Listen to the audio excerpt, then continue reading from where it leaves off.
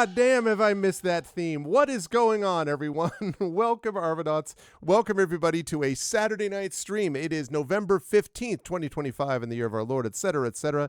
And it is my great pleasure to welcome you all to Day 40 of Expedition from the Mysterious Peaks, sponsored by Alligator Alley Entertainment, an episode that we are calling The Centurion's Heart. I am very excited for this. We've got some new debut stuff to show you today. We've got some new art. We've got some new maps. We've got all this kind of cool stuff. I can't wait.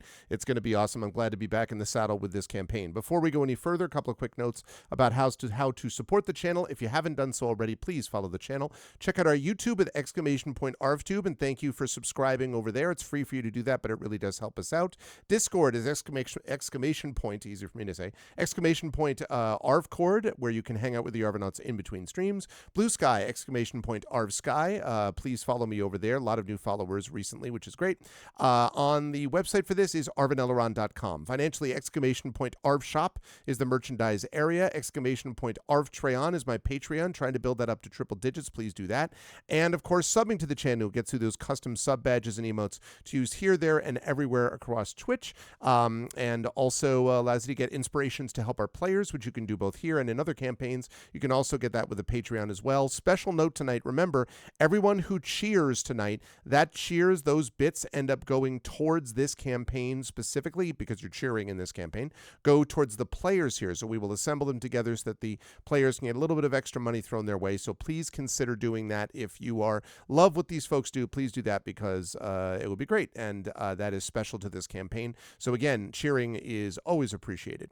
And on the publishing side of things, exclamation point Icarus, that's my graphic novel from Athos Arts. Exclamation point Library is my Tales and Tomes, The Forbidden Library. That's my 5e adventure and sourcebook from Alligator Alley Entertainment, which is also the sponsor of this campaign. And exclamation point Greyshade, which is my Greyshade IP, Greyshade Renegade Heretic, the Grey Assassin trilogy from Athos Arts, award-winning, critically acclaimed. You can get those at that link. You can get the audiobook of Greyshade from our very own Trent Sparks. Again, Renegade audiobook is coming very soon, within the next couple of weeks, I would expect, also by Trent Sparks, so please check that out. And Heretic, the final book in the Grey Assassin trilogy, will be out in audio form, I would suspect, early next year, so those are coming soon. And of course, the tabletop role-playing game of Greyshade. In less than a week from now, Brandon O'Brien, the designer of the game, will be at PAX Unplugged in Philadelphia demoing Greyshade, so now is the time to pre-order it. I am very excited for that, and that is going to be coming out from Alligator Alley Entertainment as well, so definitely pre-order that.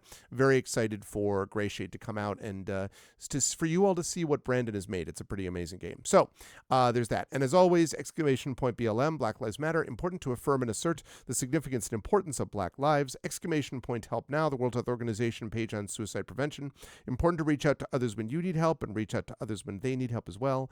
And exclamation point Ukraine, UKRAINE, to help the people of Ukraine as they fight back against an illegal and illegitimate war with bravery and courage.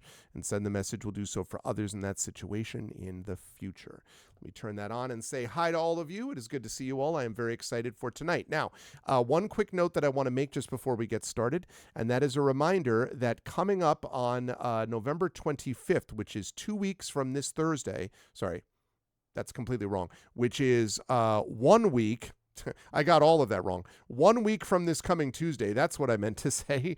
1 week from this coming Tuesday is going to be this writing discussion that is going to be taking place with myself and Valerie Valdez, representing American publishing, at least genre publishing to the extent that we can do it, and Premi Muhammad and Brandon Crilly, representing the Canadian side of things, in a discussion called Crossing the 49th Canadian and American Authors Talk Shop. So that'll be November 25th. That's American Thanksgiving weekend, or Thanksgiving week, I should say, 9 p.m. Eastern, and definitely do spread the word. That's gotten some good buzz, that event, and so I am excited for more of those details. Yeah, exactly. I was like, on Thanksgiving Day, like, no, we're not going to talk about publishing when we give thanks. I mean, why would we do that? Just kidding. Anyway, just wanted to let you folks know that as well. All right. With that said, I am very excited to bring the crew in, and so I'm going to unmute myself and apologize to anyone that I interrupted because I couldn't hear them. It might have been Zach. And then I am going to unmute them. And last but certainly not least, I'm going to head over to reveal to you, dun, dun, dun, the crew is here. They are prepared. They are ready to go. They are fired up. They have explained that no ship has any fear to them, and so I have just tuned up the encounters to make sure they're especially difficult. I'm making that up. I'm not Bring doing it it. on. But I am very excited for this crew to get back into it and to reveal some cool new stuff to you folks, including perhaps some new art. But we will show you all that in a minute. Before I get there, top left of the players on your screen is Rhiannon Held. It's good to see you, Rhiannon. How are you? Is everything in your neck of the woods and so on? And whom are you playing today? I'm good. It's still pretty warm weather around here. I ate my pie pumpkin that I had for Halloween. I do that every year, and it was Okay. very disappointing this year. Oh, So, but being seasonal, I'll have to get a new proper one or acorn squash for Thanksgiving. absolutely. Or like a butternut squash soup or something. I don't know, like, something that seems appropriate. Yep. And I'm playing Sataria, and she's a half-elf sorcerer, but a healer. But a healer. And you're about to see a Sartaria as you've never seen her in just a minute. So there's thanks to the quick work of Zach under the astute art direction of Rhiannon. So we'll talk about that in just a minute. Always a pleasure to have Rhiannon with us. Also a pleasure to have Toya Kristen Finley with us. As always, it's good to see you, Toya. Toya, you've got something new that you wanted to announce and talk about, I believe. Yeah. I want to hear about that, and I want to hear who you're playing. Yeah, so I do have something new. I have started a new creative venture because the video game industry is still a dumpster fire and refuses to put itself out. And so I just figured, why don't I work on my own IP, because that's more important anyway. So I am currently working on an interactive fiction that has some hidden object mechanics and some visual novel sensibilities, and basically I call it like a relationship manager, basically, where you are a adolescent who is also in the care of two young children, and it is a quiet horror that gets less quiet as it goes along. So if you would like to help me in my endeavors, I see that Trifid has posted my Ko-fi link. And I'm excited to just be working on something that doesn't belong to someone else. Amen to that. Did you say in the care of the Yes. young people? Oh, so, no. You're taking care of them. Okay. But I mean, it could be. I was like, I see the horror. I mean, it's that, like, it's clear to me. That could be a Freudian slip. Who knows? Yeah, interesting. Yeah, tonight I will be playing Nalik, also known as Nals Darkly, who is a human bard. Very, very cool. And I've said this many times, like, I have great respect for all of these four people and the work that they do. But definitely, Toya does really great stuff. So you should do anything that involves Toya's stuff. You should pick up or take a look at. So I am excited to check that out myself. I hope that when it is closer to completion, that Toya may consider being willing to put it on this channel a little bit. Oh, buddy, you already know. You and Zach. I'm all over it. I'm all over it. I really would love that. But seriously, good luck on it. And I'm excited to see more of it. Thank you, Toya. Excited to see more of Nulls tonight as well, and more art from Nulls too. You're going to see about Nulls, but you'll see that in a minute. But first, I want to speak to LaShawn Mwanek, who is here. It is good to see you, LaShawn. Always a pleasure. I hope that everything is going okay with you. How are you? I feel like are you in a different room than normal? It feels like, or at least the camera angle is different, because I see now you've we got the whole couch and painting going on and all that kind of good stuff. How are you and who you playing? Well, basically, I'm ashamed to say this, but I basically cleaned my room up. That's why it looks the way it does. All right, it's a whole new world. I don't know. Yeah, but no, this is my downstairs library, and unfortunately, you can't see the books. But you see the opposite end. You see the couch that I get to relax on and all that. So nice. Yeah, and we did put up new paintings. That's probably something that see. Yeah. So I finally got around to putting up paintings in my library. So yay! I got art decorated. So huzzah! So yeah, but things are going great, and I will be playing tonight.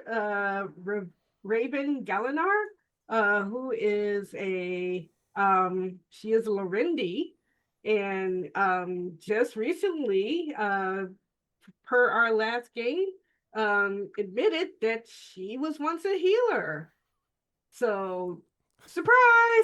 By the time we get to the What? end of the game, everyone is a secondary healer. Like everyone's like, I'm an off healer. What do you mean? Like everyone has MMO like trauma. They're like, I've got to heal just in case. Anyway, no, but actually, I've loved watching Raven's character development over time, and really just Raven's like the exposure of Raven's character over time has been cool. So, as has been the case with everybody. So I'm very excited to see that. So awesome. Thank you, LaShawn. Can't wait to see what Raven gets up to tonight. And last, but and also you will see Raven in a whole new way as well, thanks to some official work and also thanks to Zach's quick work. And speaking of Zach, it is one Mr. Zach Clay. First of all, Zach, thank you again for doing that extra work on the tokens. You're also going to see some extra art relating to, finally being revealed today, relating to Zach's character, about which more in a moment. But otherwise, how's Tricks with you, my friend? How are you doing? How's everything on your end? And whom are you playing this evening? Tricks are very good. My local programs that I help out with, these youth D&D programs, are ramping up in this part of the year.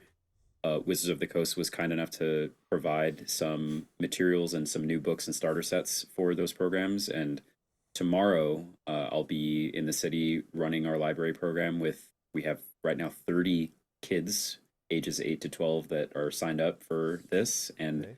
I'm mentoring a group of 6 teen dungeon masters who will be DMing for those 30 kids. I love it. With all this new materials and everything. So tomorrow's a big day for that, but a very cool and fulfilling gig in that regard.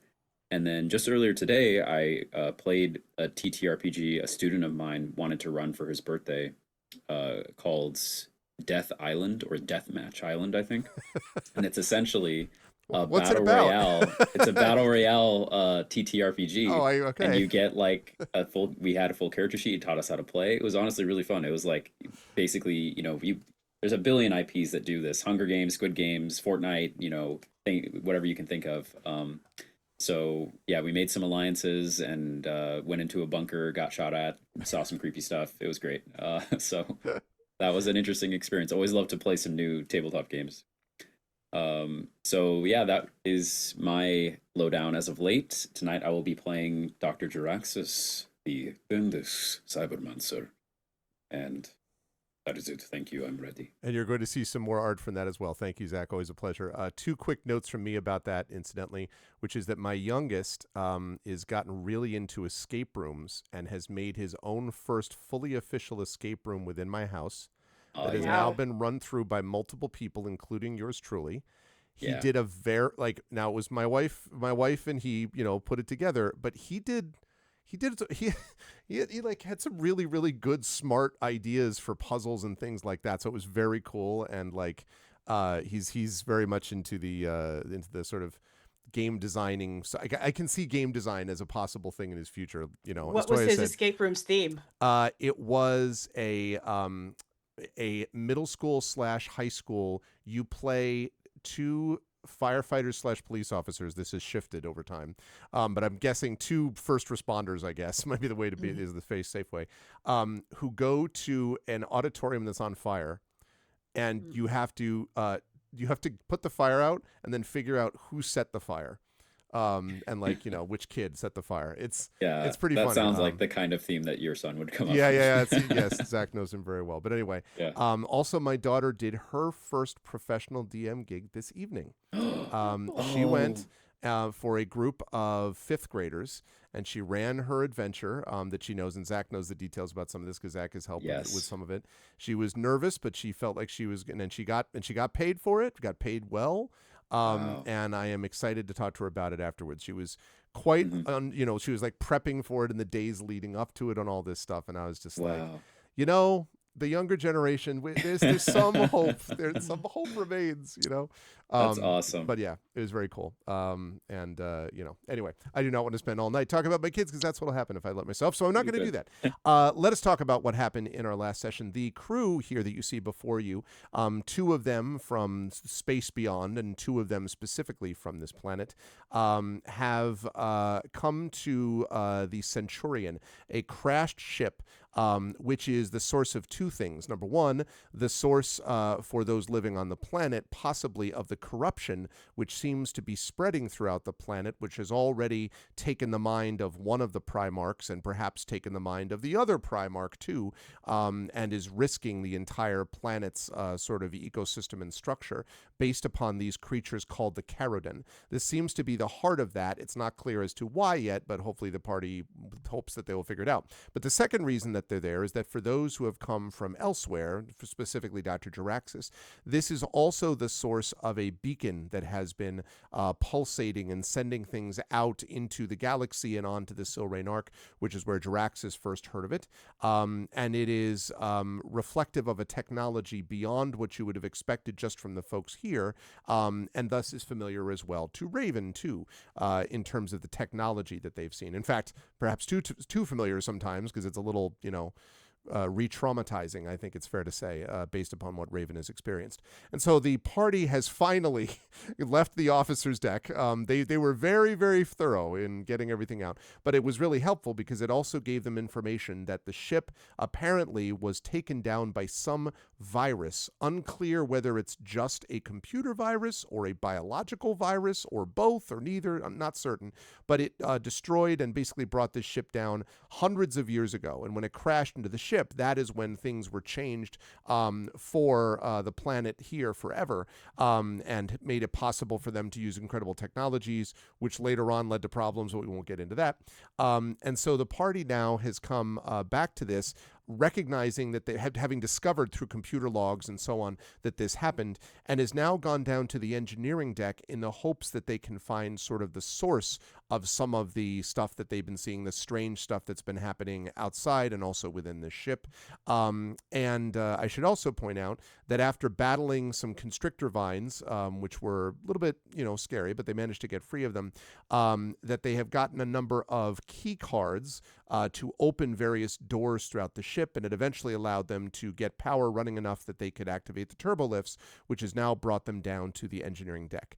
As they come down to the engineering deck, I'm going to shift us over to the maps chat so that you can see the new art. Here we go. Dun, dun, dun.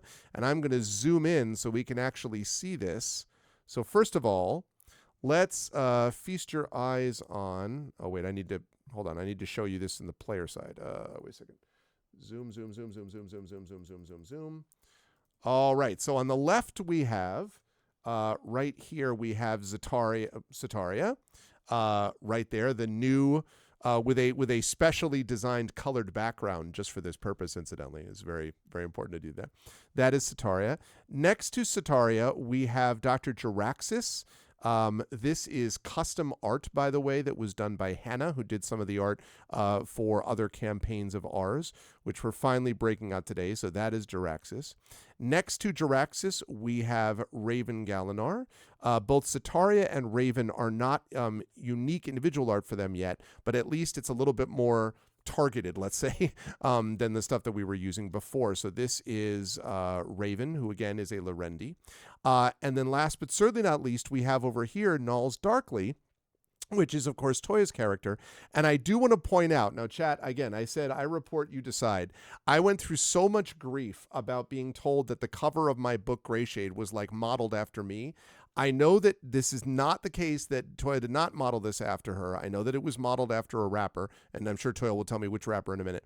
I've seen a picture, but it also does look like Toya to me. So I feel like this also appropriately represents something about Toya. What's the rapper, though, Toya, that again? So the rapper is Nikki Lynette. So I actually had a couple of references. Nikki was one of them, and I think the other reference was just somebody completely random that I found online. Okay. But I ain't got cut cheekbones like that. I'm just gonna say.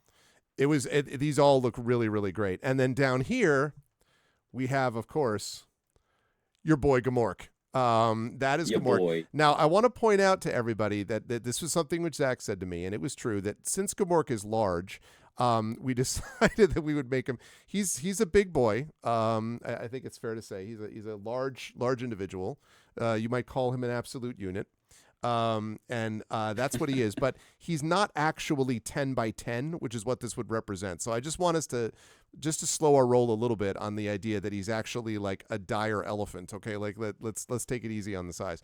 But he is impressive and awesome, and I couldn't resist when I saw that he actually had a picture like that. The only thing that's not quite right is that he also has this kind of mechanized, as we know, sort of metal implants and stuff like that along his back. So it's not 100% Gamork, but it's definitely in that ballpark. So, and yes, this game obviously is clutch because you can pet the dog, and in fact, they've done so on numerous occasions. And by pet, I mean speak to him, and then when he growled at them, say, "Okay," that's basically how that worked. So, let me fire up a little bit of music, and then let's get going because you have just stepped out from from the turbo lift onto the engineering deck. Let's see. Right. Okay. So I have to bring in this track, which is going to be, okay. Right. Hold on a second. Let's find the thing that I need.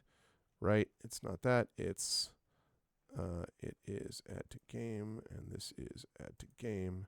I believe it was this one. Yeah. Starforged Space. Seems appropriate. Okay. Now, in the background, as you step off the turbo lift, everyone, you hear the thrumming sound of some deep, almost bass-like note that sounds like vroom, vroom, vroom, vroom, vroom, vroom, vroom, vroom, like that, from somewhere deep within the ship. And ahead of you, you can see that you have basically this metallic, reddish metallic floor in front of you. And you can see about as what I've laid out there right at the moment. Otherwise, everything to sort of the left and the right of you looks like metal that may have seen better days, but actually is not in terrible shape, relatively speaking. This may not have had as many people come down this far than as opposed to the deck above, where a lot of people have been in and out of it, as we talked about. Maybe this hasn't gotten as much foot traffic, but that is what you see. What would you like to do? Now, is this metal rusted at all? Does not look like it, no. At least not much. And this would be a metal that would be unfamiliar to Nulls. I would well, I can't say that for certain, because it is possible that on Phallus, since the time that you were, since the time that you've been invested in, you lived on Phallus your whole life, so you would have encountered certain kinds of metals.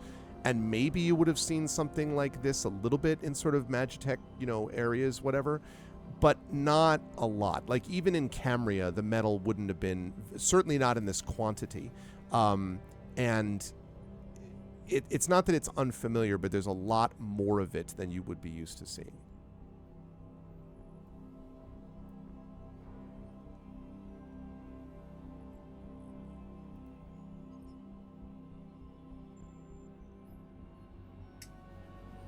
All right. Well, Gamork. I look at Nalik and Turns say, I don't think he can maybe understand, but how do I tell him to sniff for things? I mean, that's what a dire wolf does.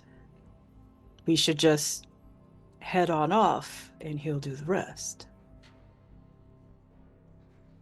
And there's no lights or no flashing blinking lights, no pulsing lights, no flashing blinking lights, but there is a very basic low ambient light that you can see sort of near the floor, specifically coming from it looks like basically right in the basically gap between the floor and the wall. You think there's like a sort of light bar, if you will, that's kind of running down it, that's at a low level, but it's not flickering. It seems like just at its kind of basic lowest level. Is the area in front of us do we feel like it's vast, or does it feel more like enclosed? I wouldn't. Well, it's hard to say. Where you are right now is, I mean, the deck itself is probably 15 feet high, maybe. So, like the hallway where you're in, and then again 10 feet wide, as you can see. So, where you are right now does not feel vast. But the thrumming sound that you hear from elsewhere in the ship is definitely like booming, I would say. And it's not like overwhelming, but it's definitely present, and that certainly feels resonant. So that might suggest that there's a larger area somewhere else on this deck.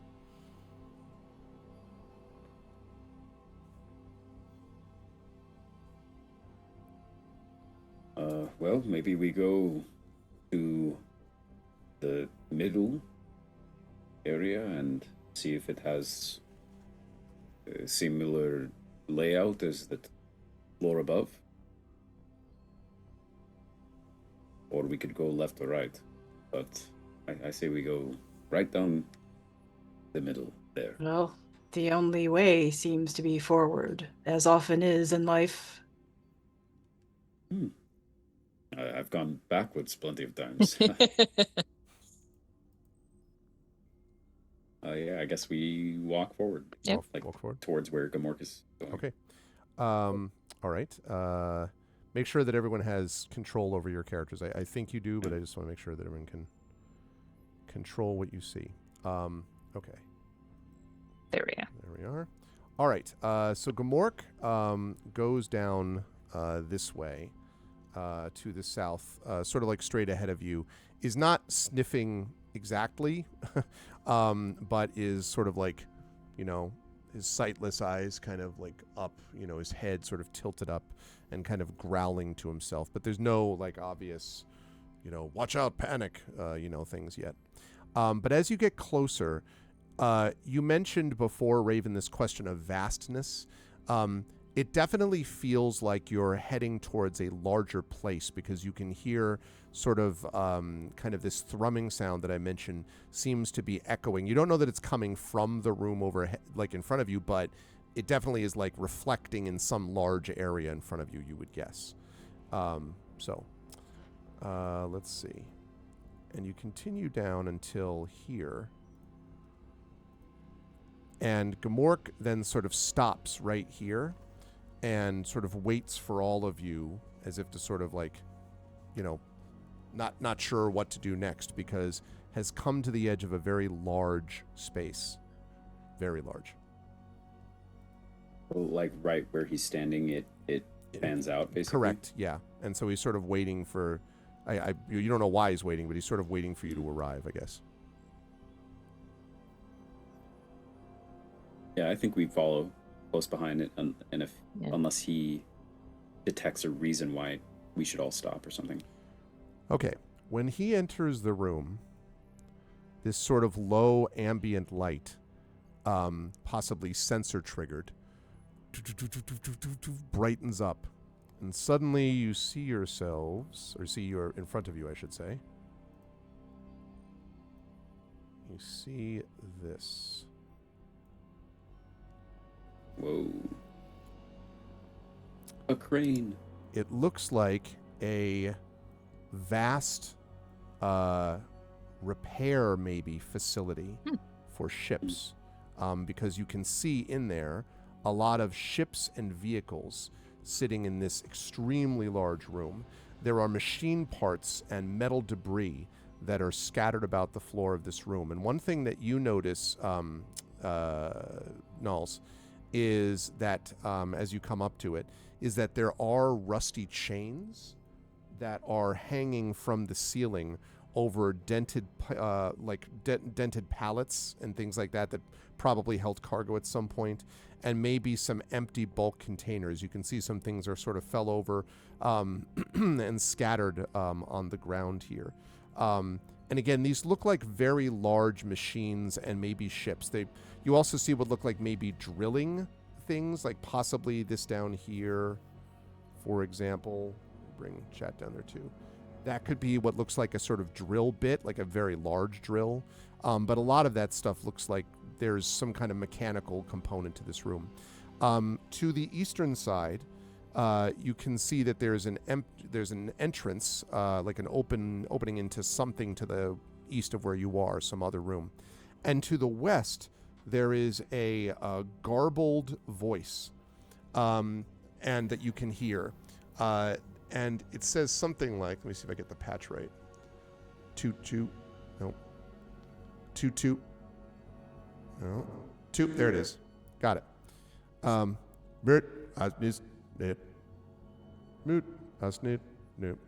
It's a little too far away to hear it accurately, but it's saying something clearly over and over again. And that's coming from here. Yeah. Is any of this machinery like what we saw in the cavern and that gigantic drill? You would need to get closer to sort of look a little bit more definitively at it and all. Just from a look here, no, they don't look that similar. And so you said there are chains kind of suspended from the ceiling. Is there anything else? Because Nulls is going to take a long look up above just to make sure that there's nothing that might come crashing down or anything like that. How about a perception check for me, please?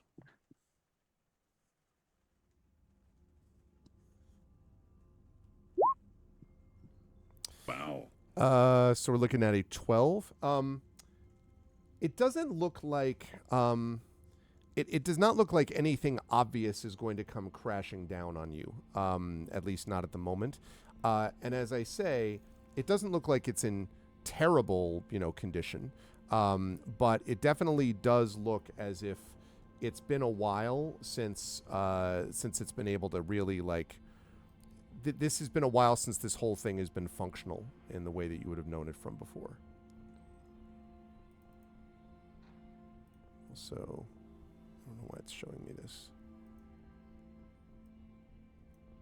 Okay. Yeah, oh, I see why. I'm just putting my dice roller up so that we can actually see the dice roll. There we go. I had the wrong one highlighted. Okay, there's Null's roll. Great. Oh, yeah, I can't see my roll either. Okay, all right, let me see. So that should be like that, and that's like that, and that's like that. Okay, I'll put that down there. Great. Okay. Right. So, yes, that is what you see from here. And Gamork kind of like sniffs around, but doesn't spend a whole lot of time looking at stuff because it doesn't seem to be overly interested in this super mechanical stuff that you see here. Is any of the machinery active, like actively working on something? Nothing is moving around now. The only obvious mechanical thing is coming from the west with the whole that's from the western side. You can faintly see something glowing over there too.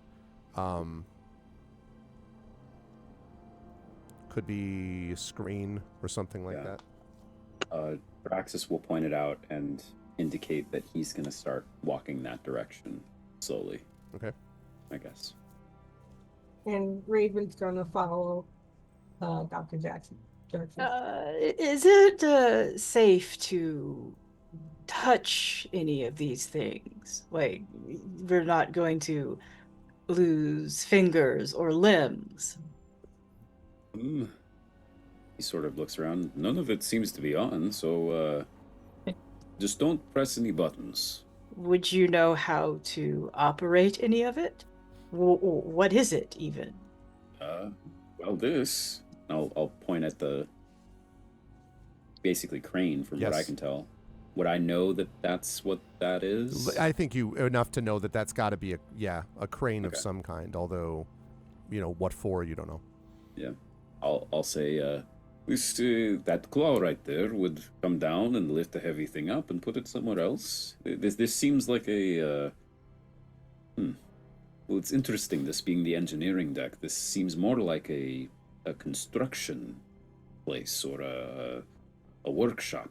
Usually, the engineering part of a ship is already built, usually with, an engine, rather than a construction place.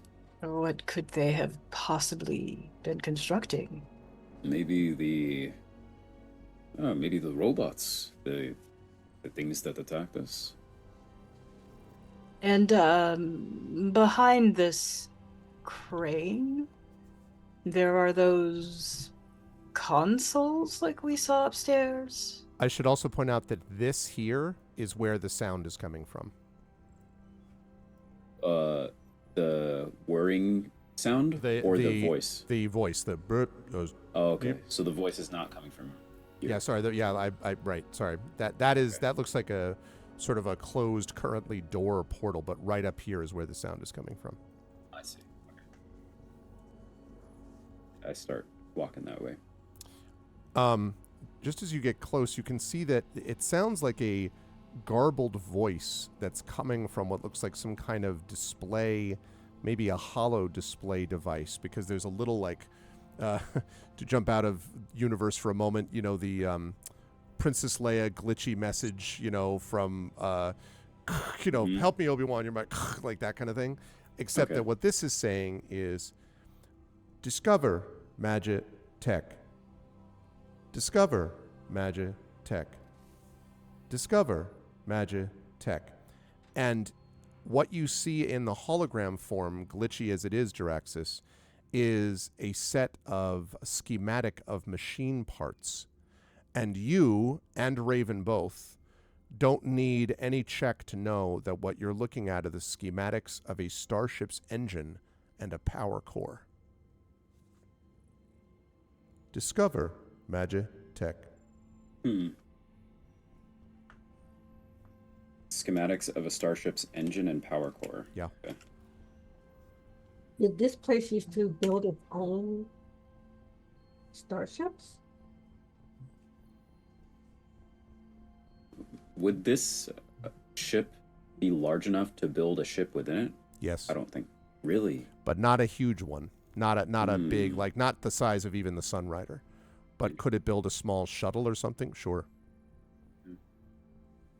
Can we tell from the schematic can I do some like engineering math and determine what size of ship the schematics for the engine and power core would be made for? Like, is it showing the schematics of the engine of this ship and the power core of this ship or another ship? Make a mechanics check for me, and you might need to try to fix this, like, because it's pretty glitchy, so it's sort of hard to get a read on what the size is. But go ahead and make a mechanics check. Let's see if you can determine anything about it.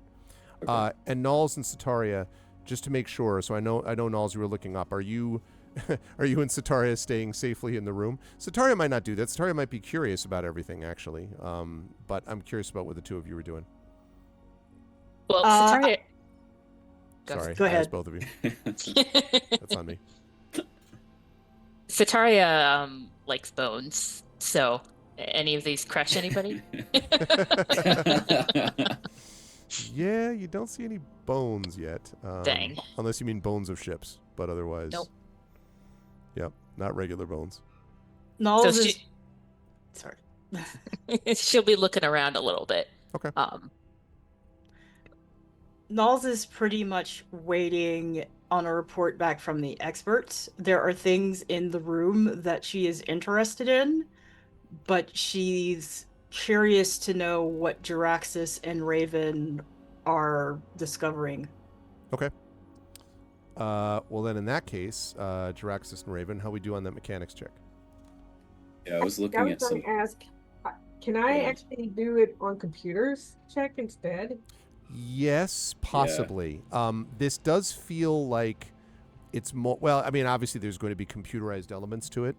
Well, yeah, actually, I take this back because what Jaraxxus was looking for was to get a sense of maybe the size of the engine. That's a mechanics check. For you, yeah, are you doing the computers check to try to fix this theoretically, Raven? Yeah, I'm going to see if I could try to make the message a bit clearer and more understandable and get rid of the glitches. So that actually is going to be mechanics, not computer, because it looks okay. like it's a mechanical problem, not a like a computerized, data log being corrupted or something. Type And of thing. she should probably do that first, because that might aid the information that I get if Yep. the system's working better. That's Okay. fair. So yes, a mechanics check would I- be what you're looking for. Would I be allowed to help Raven with that and then go in with Sure, Like, I think so. How are you going to help Raven? well, yeah, if it's a mechanical issue and it like wires are crossed, maybe we're both down there under the hood and trying to figure out what's going on. Okay, Raven, let me And have I- you do this at +2 then. Okay, great. Plus two. For Yes. mechanics, yeah. So with advantage. Not with advantage, +2. Oh, so just at plus two. Yep. After the fact. Okay. Ooh. Well, Yeah, that won't work. the voice just goes out. Yeah, this wire? Damn it. Apparently not. You can also attempt this check if you want, Direxus, but Raven, it feels like it's kind of like this is not. I mean, it is familiar in the sense that you know what you're looking at, but it's not technology that you're specifically familiar with here. It's kind of older. Also, it's definitely not modern Silrain Arc style tech either. Yeah, I'm gonna step back and let Texas. I'm not as good at mechanics either. Would I just be able to? Because the other thing I started looking up is I'm much better at astrophysics, and I was looking up the difference. And astrophysics does say you would make this check whenever you need to recall or apply any knowledge having to do with space science, space travel, and scientific theories. Yeah, this is such just a as- damaged device, though. But is I what this mean, is. if I were to just ignore the damage of the device and focus on the information I'm trying to get. Oh, I see. It's just not, but it's just not enough info. Like, I mean, the thing is, it's glitching Okay. and showing It you needs like a to be loop of like fixed. 4 seconds is All the right. thing. So that's Okay. the problem. Let's do the mechanics then. Yeah. I don't think I have anything that helps. Well, remember, chat, inspirations are a Micro- thing. Just If a recall there are micro tool inspirations set, like, that are doesn't available for even- people. I think there's one more Seems- channel points inspiration left over Well, this month. something I and- was going to mention yeah. too. Do you remember when I came in for Eberron, maybe 2 Eberron sessions ago, and I redeemed a inspiration, but then I think someone else did too, and then you were like, "Oh yeah, Zach, that'll be used next month," and then I don't think it ever got used. So the thing about this is, I do remember that. The problem is, though, you can't use inspirations. You can't use one of those inspirations for yourself. Okay. You can use it even for another character. Okay, So yeah, that's just kind of a general channel rule. That's fine. But yeah, okay. All right, so with the mechanics checks, though, I did find I have the item Micro Tool Set on me. And That in sounds the helpful. guide, it says, this small set of tools grants you advantage on any mechanics skill checks to repair minor electronic tools and devices. I'll allow that. This is a little more than a minor electric tool, but not too much. Yeah, I think that's fine. I'll give you that. Well, actually, yeah, the next sentence says, this provides no benefit for complex items such as automatons, computers, drones, weapons, or vehicles. No, this is different. This is a device. That's Okay. why I'm not allowing the computers check for Raven. Great. It's not. Yeah. Okay, cool. So I'll allow take that. it. All right, here we go. And then advantage. So 16. Okay. Yeah, so you kind of like cross the wires a bit and like, fiddle around. And Raven looking from a little bit from a distance, and all of a sudden you see the thing kind of glitches out and then vroom, and then you hear, in this issue, we look at the M2 star drive and discover the magic behind the latest in hyperspace technology. Discover Magitech. And then you see that what you're looking at are basically sample schematics of a star drive. And basically what it is a fairly well-known article, or fairly well-known sort of like, you can tell, as I said, it's a star drive. However, it looks almost like kind of like a magazine or the equivalent of it, like a digest, that is, and the name of it is Space Vehicles and Space Understanding. So, and it's got a bunch of these things downloaded, and one of them includes this. But the thing is, neither of you have ever seen technology like this old. Like it's technology, but it's got to be hundreds of years old, because they're making references to things like, perhaps someday, we'll be able to find the technology possible for us to explore through the stars. But until then, We'll have to make do with this work we can get right at home. And then it shows like more of this sort of space stuff. So it's space drive technology, but several centuries old. And so it seems outdated even for the ship that this No, issue it would be about is- no, it would be about in line for this ship. Because remember, this ship crashed a while ago, a couple hundred years ago, probably. So hasn't it crashed from another planet? What do you mean? Like the issue saying perhaps someday we'll find the technology to explore through the stars, but didn't this ship crash by exploring through the stars? That is true. Yep. So it could be that it's possible then that it's looking from an older time period, but the tech that it's described looks a little bit like the tech that you see here. I guess might be a way to describe it. I see. Yeah. Okay. So it's this issue or digest is like in the future we'll be able to achieve this, and then the ship that it's in is the future that it has achieved. Exactly. It almost Okay. you get the impression the Centurion might have been state of the art for that time. All right. I don't know if Sataria and Nalik were looking at something else. Well, I'm just gotta ask a question. So, who built this ship?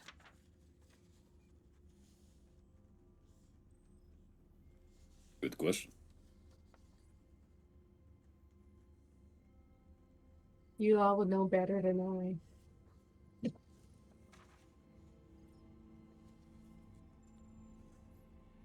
Are we able to? Are there other like messages or commercials or issues that I can like flip through? It seems to be just this issue, which all seems to be referring to star drives, spaceships. You think this might even be a special spaceship issue because it says something about yearly spaceship I see spaceship issue. that this magazine may not have even been exclusively focused on space stuff. That's right. Although it is interesting because the schematic that you're looking at is fairly detailed. So you wonder if it's like, I don't know, popular mechanics for engineers, right? Like, or something of interest to war gamers, like, you know what I mean? Specific war game info about like a particular way to paint a miniature, and then about the way to, Right. Particular rule sets based on 1835 skirmishes along the Franco-Prussian border. You know what I mean? Like, it's very specific is Okay. what I'm saying. But it still feels like it's a little bit of a super cool general interest magazine for those people, for engineers. Okay. Also, I should point out that since you're close to this, you can also see that here, this door Mhm. has what looks like a glowing red panel next to it, which is the universal, at least on this ship, sign for needs a red key card. Oh, do we have a red one? I'm sure the only one we don't have is blue.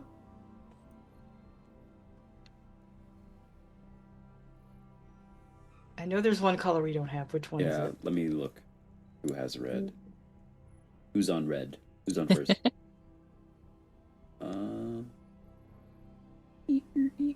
But before we leave this room, Malls, these are crates, right?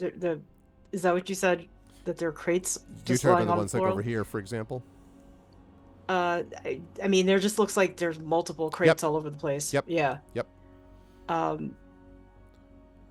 Multiple crates, and you do see like metal bits and parts and things like that that seem to have been sort of knocked out on the floor, which suggests that there has been someone at some point came down here, but a long time ago, and not nearly as many, as I said, as what you saw up top, where it was like totally stripped clean. But some parts have been removed from down here for sure. And the crates are empty. Yep, as you go around to the different crates, you'd have to look, but as you go around to the different crates, yes, it looks like they were empty bulk containers of things. In a few spots, you see like a couple of nuts and bolts at the bottom of them, but basically that's it. And there's nothing else going on with these other consoles. None of the rest of them seem to be glowing or on or functional, just the one that Jirax is in front of. And what's this right here?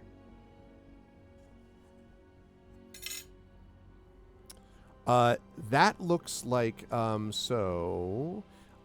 one over there looks like it's kind of a workbench of some kind. Like you can see there are there's some drills and devices and things like that.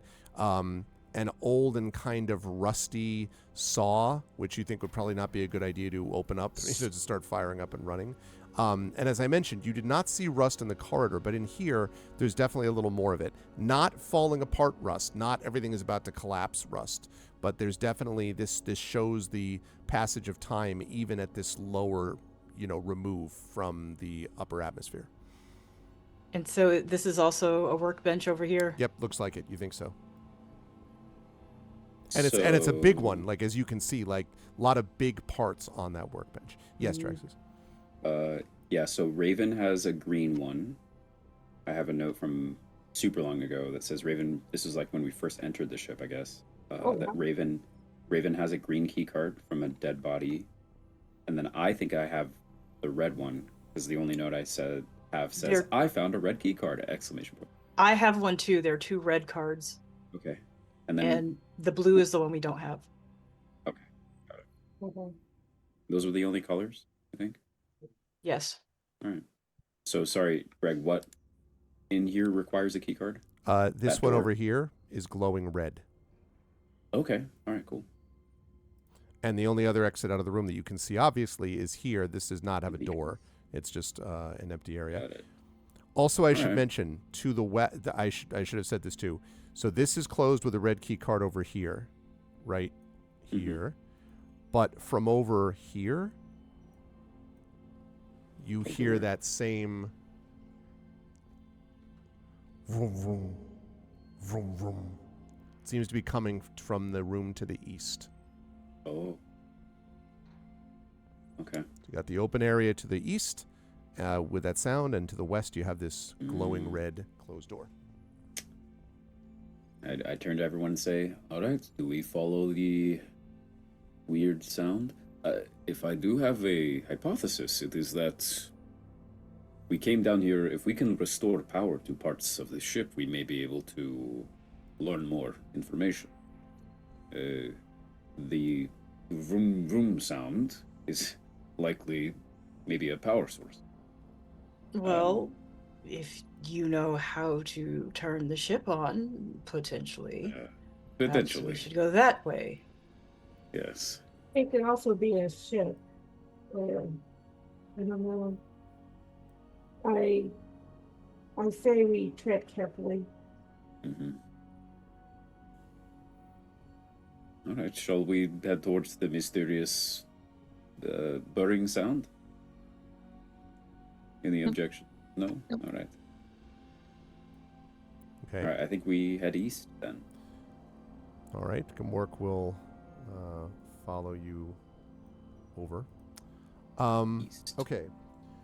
When you get close to it, you can hear this sound, and also, I'd like a perception check from everybody, please.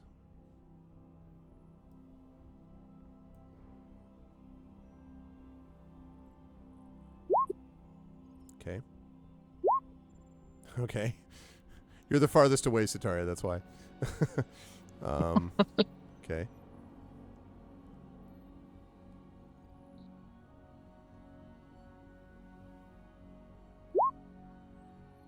Okay. 19. All right. Nulls and Raven, as you get closer to this room, you feel the sort of the equivalent of, I guess for Lorendi would be, still would be the same thing, I think. The sort of hair standing up on the back of your necks and arms. There's almost a field of what feels like static electricity. It's subtle, but you can feel it sort of emanating from within this room. The one ahead of you. There's a strange energy coming, Jaraxxus. Oh. I feel it too. Oh, Very unpleasant. If I say, if anything, it's like, it's more like a static field, so it's. I don't feel anything. Well, just be careful. Always. All right, Draxus, if you come all the way up to the rest of the room, when do. you and it so again, it's a little bit dim, but you can feel when you get to the actual door, you can maybe start feeling a bit of that energy. There does seem to be a kind of general red ambient light, but the light in here, the room you're in now, did not flicker to life until Gamork entered the room. So at the moment, you're just standing outside, and it's still somewhat. You could see a little bit, but it's mostly darkened inside the room ahead. I go inside. Okay, when you go inside, there's a moment, and then again, and you are struck by something pretty extraordinary. You get hit by. You get struck by. A smooth thing. Okay. So what you see here is there are shelves of tools and mechanical parts that are lining the northern and eastern walls of this chamber. However, what is most notable to you is what you see in the southern side of the room. Because down here, what you see is what can only be described as a 40-foot wide machine made up of interlocking plates and tubes and robotic arms and electronic panels that are extending from the south wall. And there are runes and sigils etched all along the machine's surface. And at the center of the device is what looks like a raised platform, and there's a control panel filled with buttons and switches and a main power lever possibly too. At least it looks like that. And it is from here, this spot, that the thrumming noise that I've been describing, vroom, vroom, vroom, vroom, is coming clearly from here.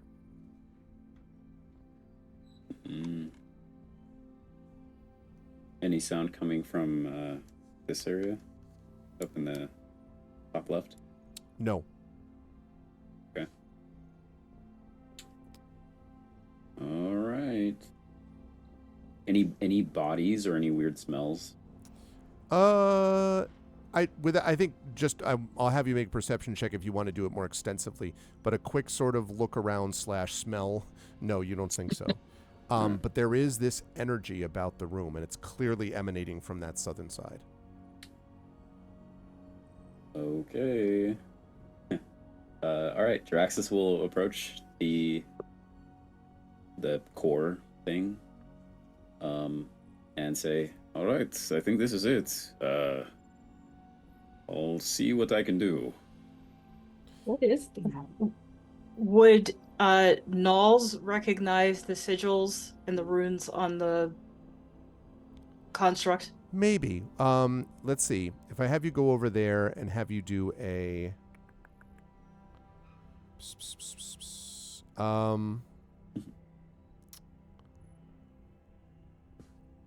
trying to think of what check I would ask for. Make an Arcana check for me, please, Knowles.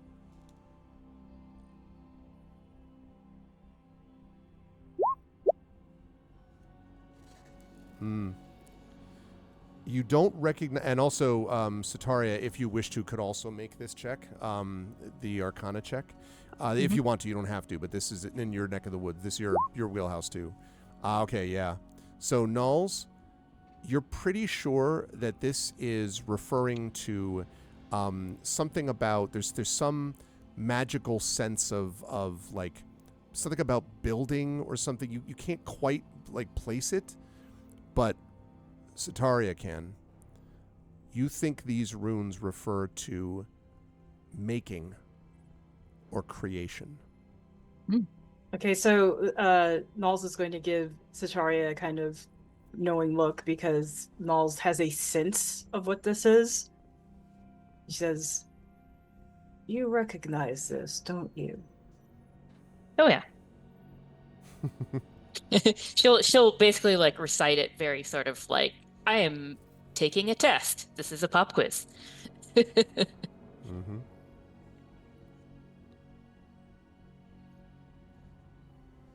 But what is the point of all of this? What we just came out of a workshop for ships, and now this. But why would they need this for ships? Well, it said magic tech, right? So it's using magic. That's the thing. But magical ships? In space? In the stars?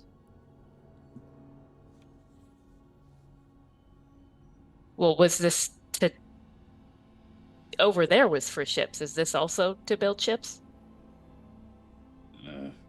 It's the idea that this would be used to make something. It's strange. Again, even this being the engineering level, but I've never been on the engineering level of a ship that had a construction area. Let alone, Jaraxxus, make an insight check for me, please. And going to make an insight check because I'm sorry, so sorry, confused. sorry to interrupt your monologue or your response. It's all right. There's a reason. It's because of what you just said. Who are you, strange voice? You hear a voice, a disembodied voice, making it. Oh, one of my followers. I'm getting reception. They say to make an insight check. Oh yeah, that's a 23. Because as you're saying this thing, as you're talking and responding to your compatriots, you have this overwhelming sense of familiarity sort of wash over you. You know, Jaraxxus, you have never seen something exactly like this, but it feels familiar somehow. Like in a deja vu sense? Or in a... Something about the design of this thing seems familiar to you.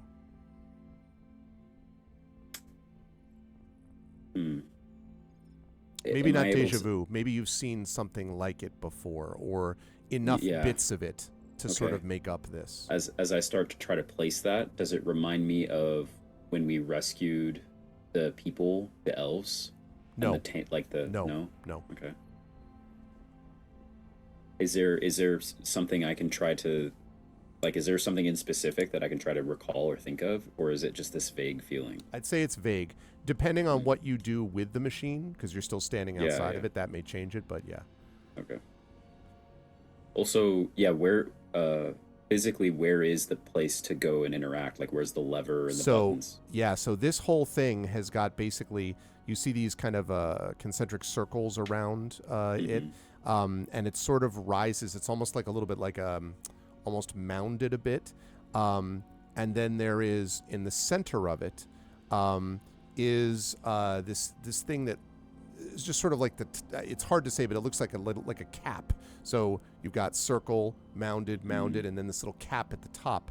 And this right here is actually a narrow staircase and platform leading to this control panel that I mentioned that's right in front of that cap. Okay. Would it be possible for two people to go up and look at it together, like in the same way that Raven and I were? Not without one being behind the other. There's only room for one person at the control panel. You can have one person behind you on the little catwalk almost. Would they be able to help with a check? Possibly. Okay.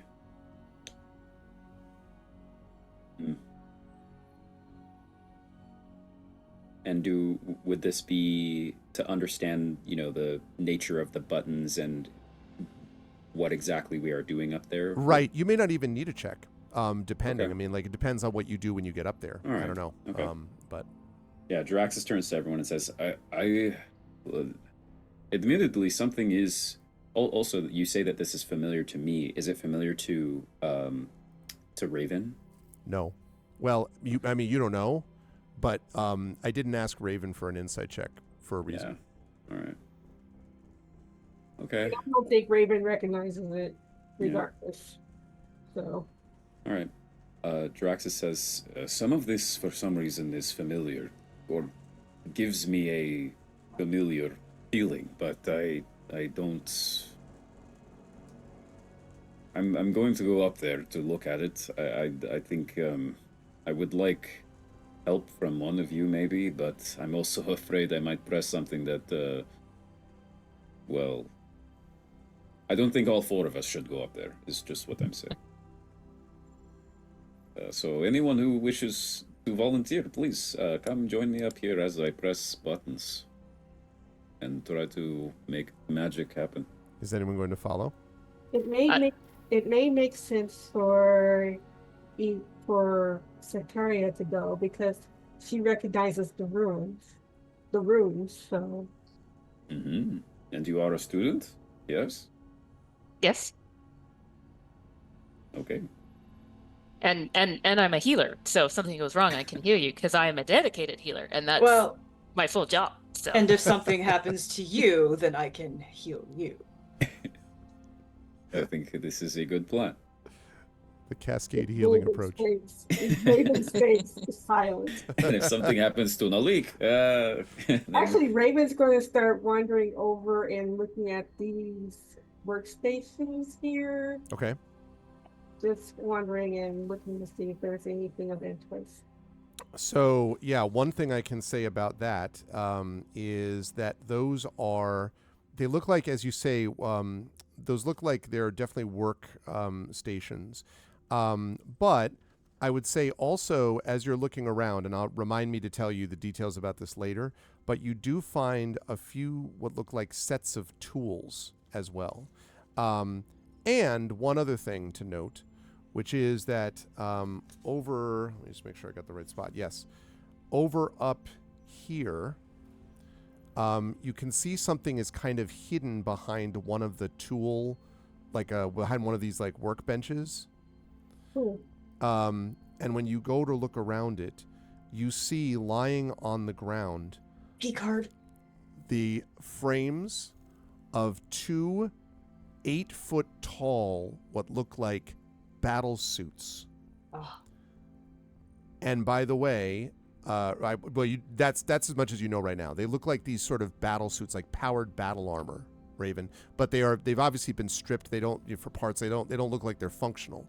But they're lying on the ground next to this tool workshop, this tool workbench. Sorry, that's right up there. So we'll think about that, but I'll come back to that.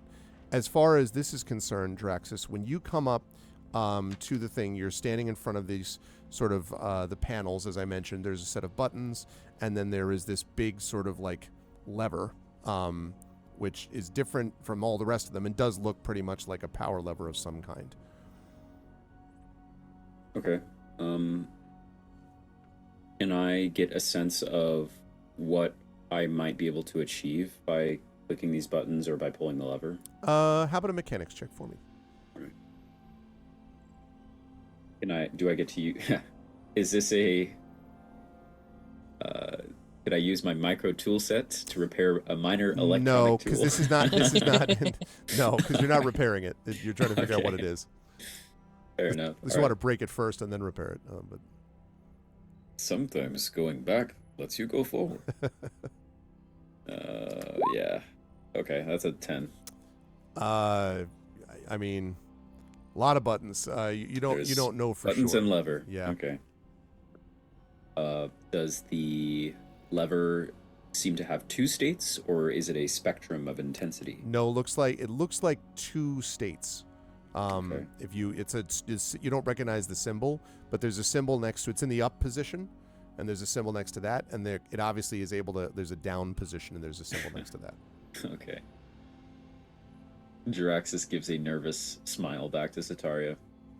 He says, "Don't tell the others, but I'm so afraid if I press any of these right now that the whole ship just, goes explosion." well,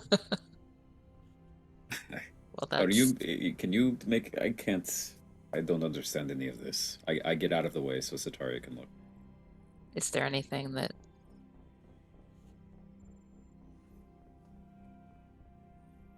That you Yeah. can see. That you can see. Yeah. The only thing is that there are not really. There are definitely runes carved across the surface of this thing as well. but you don't recognize these. There's, Oh. you know, the same making creation stuff maybe, but you probably specific stuff that's in a much older language, even magical, that you'd be familiar with. Okay. Draxus snaps his finger and says, "Ah, wait! I have a prime talent. Can I guide Jaraxxus as well?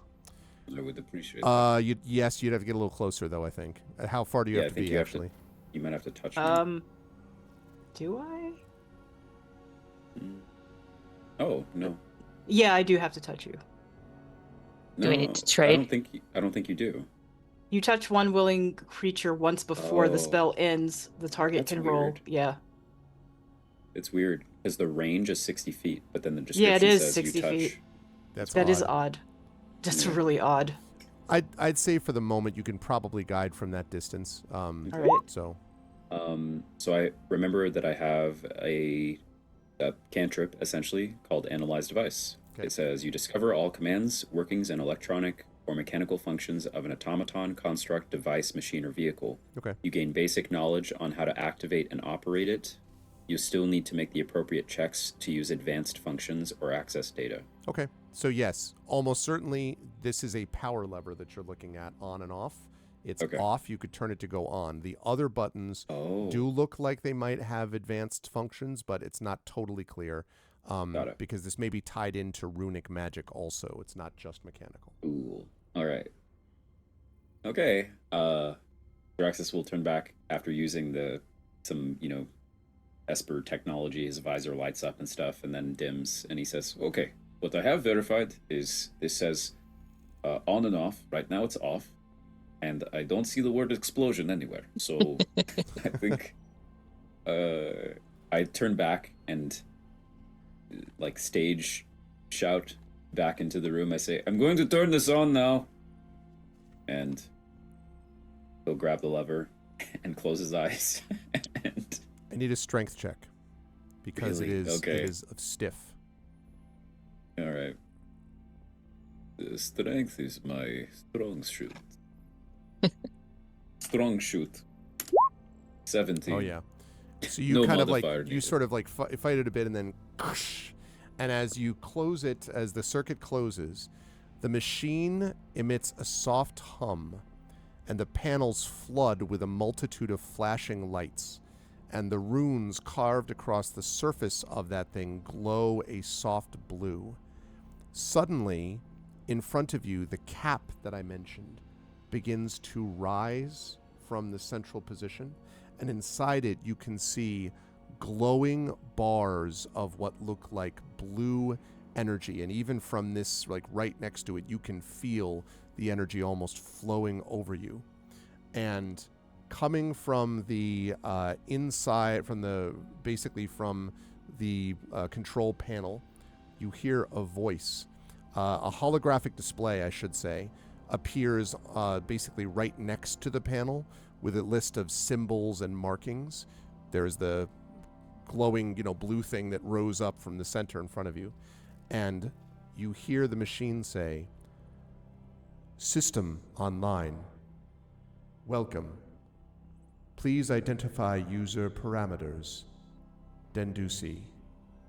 Please identify user parameters. Creator." Which is a good place for us to take our break. You are watching the incredible crew of Expedition from the Mysterious Peaks that have just found something, but what? We'll find out when we come back from our break. I am joined as always by Rhiannon Held, Toya, Kristen Finley, LaShawn M. Wanting, and Zach Clay. It's 9:31. We'll be back here maybe just shy of 9:40 if we can, and then we'll play till 10:30. If you like what you see in here, please cheer in the chat. That will help everybody here. Please follow and support all these people.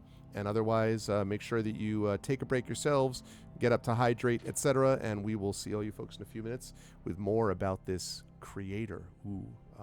Back in just a bit.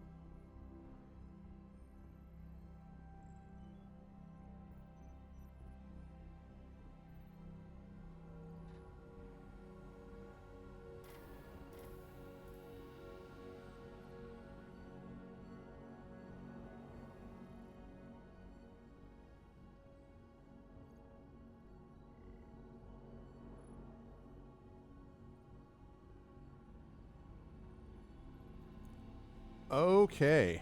So welcome back, everyone. Welcome back to day 40 of Expedition from the Mysterious Peaks as we head back up to the this thing, whatever this is, that has just. Oh, I see we've moved people around. Hang on one second. There we go. Raven was definitely not Jaraxxus, and Jaraxxus is not Raven. Two different people. Okay. But we have just encountered this thing that has referred to Jaraxxus as Dendis and then Creator. And so I will hand things back over to Jaraxxus, and I guess specifically I should start by asking about to Jaraxxus, what do you want to do in response to this? Oh, and turn around. Sataria, yeah. sorry, I beg your pardon. One last thing. Sataria, when you get a chance, also those runes are now brighter and may make it a little bit easier for you to be able to see what they're actually referring to. Let's see. Yeah. Actually, so you should do a, if you could do an Arcana check for me, that would be good. I'd also take lore, but... Let's see what Arcana gives me. Dice don't like me tonight. Yeah. It does, these symbols do seem a little familiar to you, but you're not sure why. Not in that sort of uncanny way Jaraxxus had, but there's something familiar about these symbols, but you're not sure what. Yeah. Okay, but Jaraxxus now, yes, you're going to say. I turn around to Sataria and say, "Did you hear that? It called me Creator." Or you're like who the creator was? Maybe. Are there people like you who would have been on ships like this? Maybe. I turn back to the console. So it said Creator, Dendis, and then what is it asking me? Said, please identify user parameters. Might be, it sounds like it's asking your name. Okay. Jaraxxus scratches his head and then stands a little bit more straight and confident and says, Dr. Eldon Jaraxxus. Dr. Eldon Jaraxxus, welcome. Well, Keldon with a K. I am Fabricator Model all right. DB-557. Okay. Zach takes notes. What do you fabricate? Does it listen to Sataria? Please identify user parameters of secondary user. Sataria Verbin. Welcome, Sataria Verbin.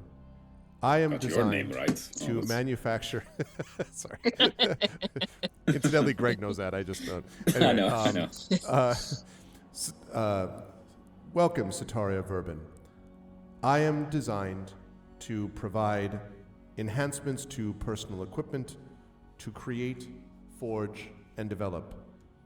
I have been called a Magitech Forge, a Forge, or even DB. I was told this was a nickname. Your names are unique to you. My name is unique to me. DB, I am also a secondary user. Identify user parameters of secondary user. Nulls. Welcome, Knowles. Can you let us know what those sigils and runes are on you and who put them there? My exterior has been modified by several who have used me for different purposes. There was a time when my function was more comprehensive, but many of my parts have been removed. And who removed them? I am not aware. I have been offline for 387 cycles, and the last user's name was erased from my system. For better or for worse? It doesn't say anything. Do you have there would be a name for this. In The lore of Espergenesis. When people no, don't I have Adobe Acrobat open to you look at my PDFs. I accidentally clicked Ask AI Assistant. No, that's not what I want to do. I Go away. am not AI. AI is garbage and must be purged from the galaxy. Let's see. There's a thing with the sim. Here we go. The galaxy. Give me just a second. In the Silrain Arc, the Sim Intergalactic Matrix. There's a thing where people can have. Yeah, here we go. The Galactic Data Network is a primary hub for all communications, and many also choose to perform what's called a sim dive, the act of linking your brainwaves directly in the network and navigating the virtual world with an avatar, commonly referred to as a persona. Jaraxxus turns to the thing, to DB, and says, DB, do you have a avatar? Do you have a way to physically manifest yourself? Or illusorily? Virtually? I don't know. I exist in this form. I am unaware of the term avatar. Is it a weapon you wish to be modified?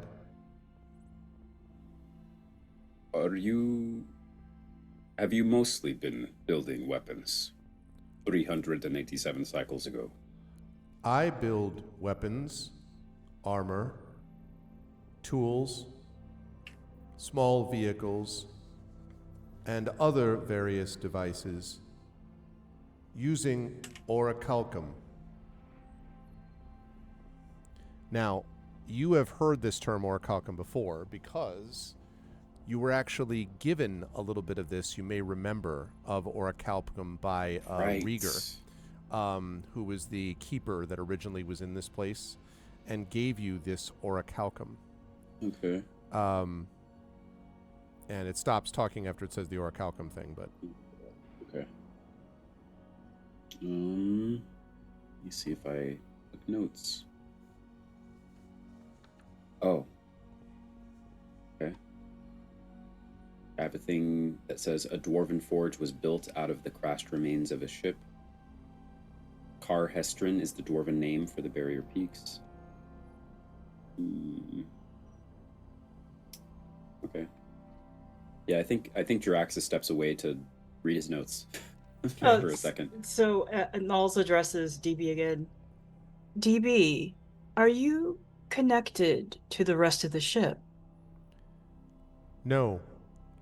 I am kept separate from the ship. It was believed there was danger, and there has been much lost since the accident. But I do not know what the rest of the ship holds. What is the danger, and can you talk about the accident? I do not know anything of it. It happened. I was brought online 28 cycles after the crashing of the ship. I remained active for 10 years after that point. Then the accident. Then I was silent and not present for 387 cycles, until I have just been brought back now. Did you make things in this other room right next door to us? I am not aware of a room next door. This is the room in which I exist. Ah, I found it. And I look around and say, Hey, Prince who has the bag of holding? Or what's that with? I look at Nalik. We were given the bag of holding by Dumig. Dumig Rieger. I don't think I have it. Doom McGregor, What- for those of you wondering, right there, present. Mhm. There you go. What in it are you looking for? Uh, I do have a the- bag of. Well, I thought everybody received a bag of holding from Doomig. I think it was just the one. Oh, I see you do have it. Yes. Inside there should be ingots of orichalcum that he gave us. And the notes I wrote down, or I play back a sort of fuzzy recording of Dumig saying, these could be used to make powerful weapons and armor in the forges of crash ships. So yes, I have some. Okay, I don't see them. I'm literally looking at the bag of holding. Yeah, I'm not I do sure not that... see them, but I will believe that. Yeah, yeah. Yeah, because he did. I can confirm that he gave it Yeah. to you, so I know that for Okay. All right. How many do we have? one I for also each wrote- of you. Okay. Ooh, Should be okay, 4. cool. Yeah. Yeah, I really think that everybody got a bag of holding. Am I making that up? I think it was just the one. Yeah, I don't remember that. I It's remember there just unusual being to- one. Yeah, Yeah, I thought it was one. one Okay. bag, but 4 ingots. All of right. the orichalcum. Got it. Well, Ooh. if we all have orichalcum, I think we should think very carefully about how we use it. Mhm. Can you... It says, in my current state, I can modify equipment and create special armaments using orichalcum. Would it improve the... it makes it into magitech, so it makes it magical, like a magic weapon or magic armor? It has components that would be defined as magical to some, and to others would be defined as technological advancement. It is what has been changed and adjusted from the time that I first came online through the use of orichalcum. Dendus, creator, you were the one who designed the first version of me. Right. I did go through something recently where this seemed familiar. Now I'd like you to make a history check for me at advantage, Drexus. Okay. Yeah, it's true, Prince Justin. I thought about that a little bit myself. Alright. It's a crossover. This is where they cross the streams. So suddenly, Oracle of Wars. History. I don't have history. Would lore be? Oh, I'm sorry. Yes, appropriate? lore would be Okay. right. Yeah, 16. maybe not that the 16 though. It struck you that you understand now a little bit why this seems so familiar, and you could relate this to Raven. Raven doesn't recognize this at the same level yet, but because you're pretty sure you've seen something that looks like this before, and as the one says you created, all of a sudden you remember why. This, whatever it is, forge or whatever, is of, you're pretty sure, Dendusian design, or at least it looks like it's modeled after Dendusian design, because it is exactly what the eternal machines which power the crucibles look like in the Silrain Arc. They are powered with Sorium. And you wonder now if orichalcum is just this planet's version of Sorium. Okay. And I also have some... Raven. Oh, go ahead. I'm sorry, Raven. No, I said still means nothing to Raven. Yeah.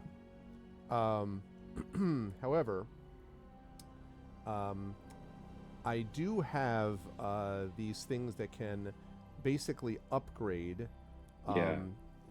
your item. And so each of you could upgrade one of your items using this orichalcum to what is known as a legacy item. Now, you all have heard of shopping episodes. What happens like when you've those. got a legacy enhancement episode? Because that's what we're Yeah. looking at, right? So, there are a few things that you can adjust here. There's basically 4 categories. Legacy armor, legacy focus, which is kind of like an Esper focus that you might Okay. use, a legacy shield, or a legacy weapon. And there are different things you can improve of each of those, but those are the 4 categories Okay. that exist. So I've got a question because I've never done a shopping episode before. Okay. This machine can, if I'm under, it cannot create new items. Is that Not my in its understanding? present form, it cannot. Not in its present form? Because of the stripped parts and stuff. But it Okay. can still modify. Right. And we still haven't gotten to what Raven found. I'm not going to mention it because Raven hasn't said what she's found. That's right. But I would also find that very interesting if DB could make enhancements to whatever Raven found. Mhm. And there are a number of things. I'm guessing basically, so what we have on us right now are the things that we can get enhanced. Is that correct? That's right. We must do it now. Well, I mean, yeah, I mean, I don't want to, I mean, you could also not do it, but like, but yes, like in the sense that these are the things that you could modify while you're at this forge. You could leave and come back, Knowles, you know, for sure. Yeah. But like that's what's available to it to do is basically not creation, but modification, which by the way, if it's able to modify in some of the ways that we'll talk about in a minute, then you cannot even imagine the power this thing would have had at full level in terms of creation. And I'm guessing, well, we have to use the orichalcum that we have, and we probably won't find more of it, is my guess. I mean, maybe elsewhere on the ship, we're lucky, but yeah. Can we? Draxus will look back into Raven, who is the only. Oh no, Raven has come over. Raven, did you went and looked through those console areas? Did you find anything? Well, not much except some tools and a couple of mecha bodysuits. Oh, Might want to take a look and see. Would it be Are- something? I don't know what this thing does, but if it's saying that it can upgrade us, it mhm. may be something to consider for protection. And incidentally, Raven, you found there, this is in the Esper Genesis basic rules, but I'll just tell you what you found for now. A set of cybersmith's tools, gunsmith's tools, and a micro tool set. Those are the 3 sets of tools that you found in those workbenches. That's separate from the battlesuit thing. I should.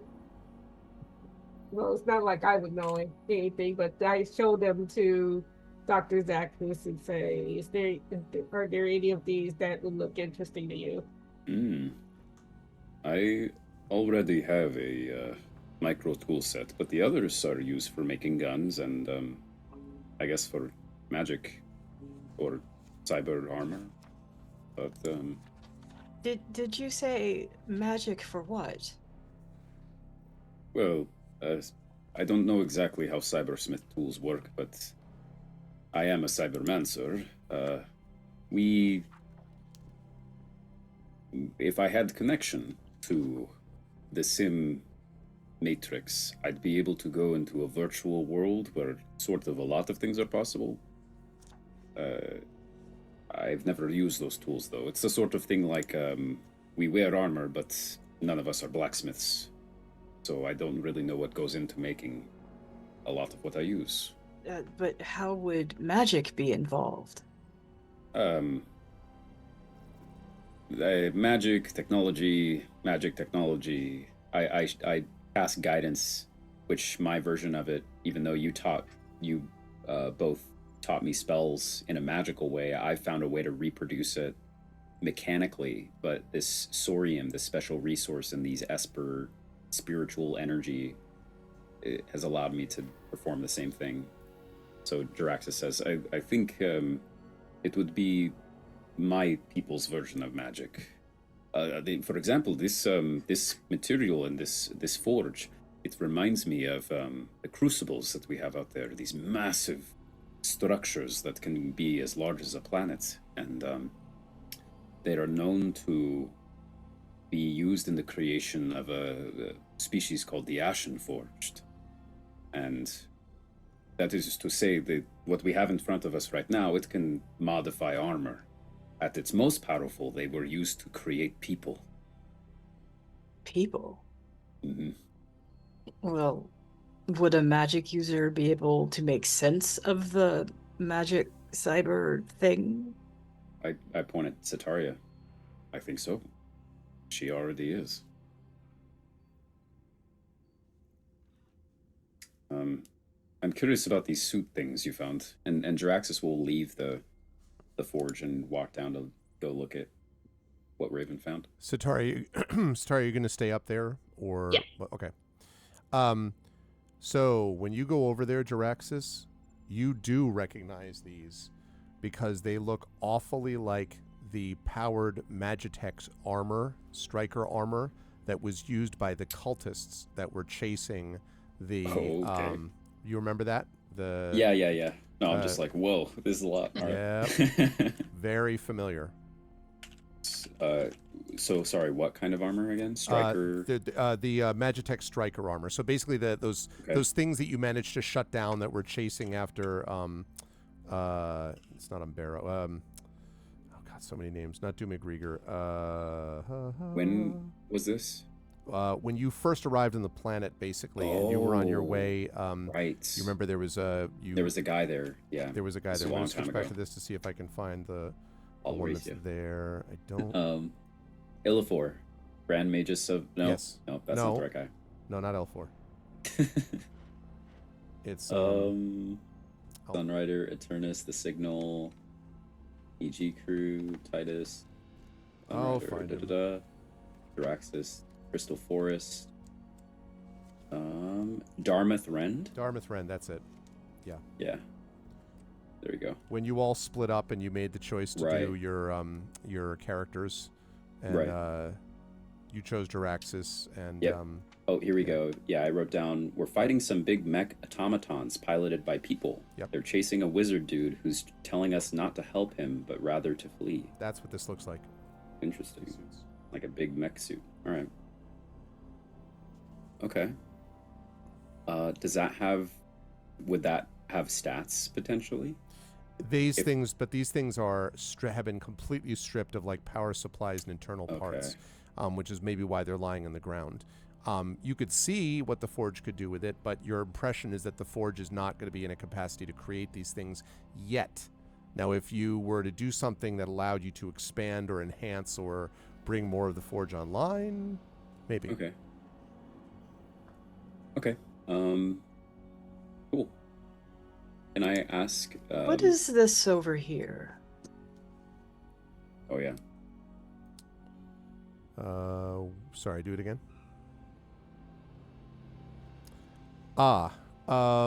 So that item or that area seems to be, from what you can tell, it looks almost like I guess the better way to describe it would be a sort of smaller, like a kiln or a firing engine of some type, like a furnace. Maybe that would be a better way to describe it. It's not really I mean, it's not that it's broken, but it doesn't seem to be particularly, like, it's warm, but not like really, really hot and working at normal. But it looks like, from the way the design of it is, that it might be like there's doors that you can see there that open that look like they might give access to a place that would be like a kiln, hot enough to be able to melt something at extraordinarily high temperatures.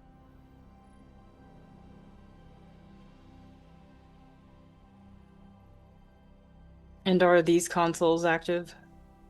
They are not. I looked at them already. Yeah. Interesting. Okay. And then I suppose lastly, can we get some more details about what the legacy stuff would be mechanically? I would be happy to do so. So, do you have a but do you have a sense of like what, I mean, so let me go one by one. Sataria, let me start with you. Is there, if you had a choice between armor or shield or weapon or a focus, again, like rod, staff, wand, something like that, do you have a thought about what you would want enhanced? Because then I can give you some details about what that might look like. So would a focus be something that I can use? I'm not clear on the difference between that and D&D focus, arcane focus. Yes, that's exactly right. It is something that you could use. Basically, Okay. spells cast from or through a focus require no material components, and so Yeah. you could use this as a spell casting focus. Okay, because I think I have one, but if it can make it an awesomer one, That then would be the that's idea. definitely that's Yep. definitely what you do. So if you were going to do a focus, let me give you some examples of what that could be. And I'm paraphrasing like what the thing is telling you as you're working through it. A battle focus, for example, while holding it, this focus at the initiate level, and I'll explain that in a minute, you gain a +1 bonus to spell and Esper power attack rolls, so in your case, spell attack rolls. In addition, you ignore half cover when making spell attacks or power attacks. So you just ignore that. Now, I said initiate level, right? That's what you get with one orichalcum ingot. But every ingot that you put in, you increase the level of it up to a maximum of 3. So there's superior, at which point your bonus to attack rolls increases to +2, or master, where it increases to +3. So that's the battle focus of that item. And they only cost 1 additional ingot each. Correct. So if we dumped all 3 of our ingots, she would immediately get a +3 focus. That's right. Dang, that's pretty cool. Now, I'm not going to take your ingots, though. there's also I don't there's also a Frostfire focus, and this can be wielded by a sorcerer, so that fits. Now this thing has actual charges. What it means is that you can use an action and spend one of its charges to cast either Burning Hands or Fog Cloud from it using your spell save DC. The focus starts with basically 7 charges, and it regains a certain number of expended charges daily at dawn. That's at the initiate level. At the superior level, while holding it, you have resistance to fire damage. The number of charges increases to 10. As an action, you can expend a number of its charges to cast either Fireball or Wall of Fire from this item. And at the master level, you also have resistance to cold damage, and you can expend its charges to cast Cone of Cold or Ice Storm. So that's Frostfire focus. Then there's something I think you're going to like, I'm guessing, and that's the third and final option for focus, and that's healing focus. Now, technically, it says now it says here, engineer, sentinel, bard, cleric, or druid, but I'm going to also allow sorcerer because of the nature of who you are. While wielding it as a spellcaster, it has 3 charges. While wielding it as a spellcaster, you can expend a charge as an action to cast Cure Wounds from it, and it regains 1d3 of its charges daily at dawn. When the focus becomes superior, the number of charges increases to 10. When you cast Cure Wounds or activate Mend from the focus, you can expend charges to increase the spell's level, right? So you can cast it at a higher level by using another charge. You can also, as an action, expend a number of charges to cast either Lesser Restoration or Mass Cure Wounds. So that's at the superior level. And then the master level, number of charges increases to 20. And as an action, you can expend 6 charges to cast Heal. Heal, I don't know if you're, but like, Heal's a ridiculous healing spell. Like, Heal basically is just like, yes, everything. Like, yes to all. It regenerates limbs. It just That's is, how good heal it's is. absurd. Like, it, yeah. Yeah. So that's what you got. So you've got basically battle focus, you've got Frostfire focus, or healing focus.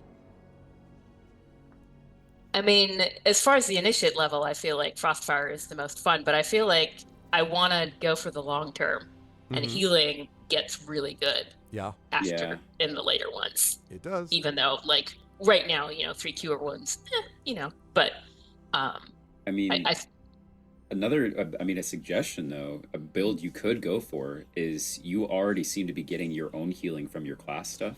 So instead, you could make the focus the aggressive thing. that's And, true. like your focus is your offense, and then you're still just banking on your class stuff for healing. Or you could just double dip. Yeah. My heart says Frostfire. Hell yeah. I didn't take as good notes for that, so I'll have to get the I text can, of it, but Here, I'll show you guys to the doc I use. awesome. Thanks. Triffitt just said, I'm wondering if whatever resources of unobtainium that the party is spending on getting upgrades right now means that later the people who crashed I will put never it be in able to obtain or Discord make and whatever in- spaceship parts might be needed to finally get Yeah. themselves off the planet. And I was like, wondering about that. Yeah, no.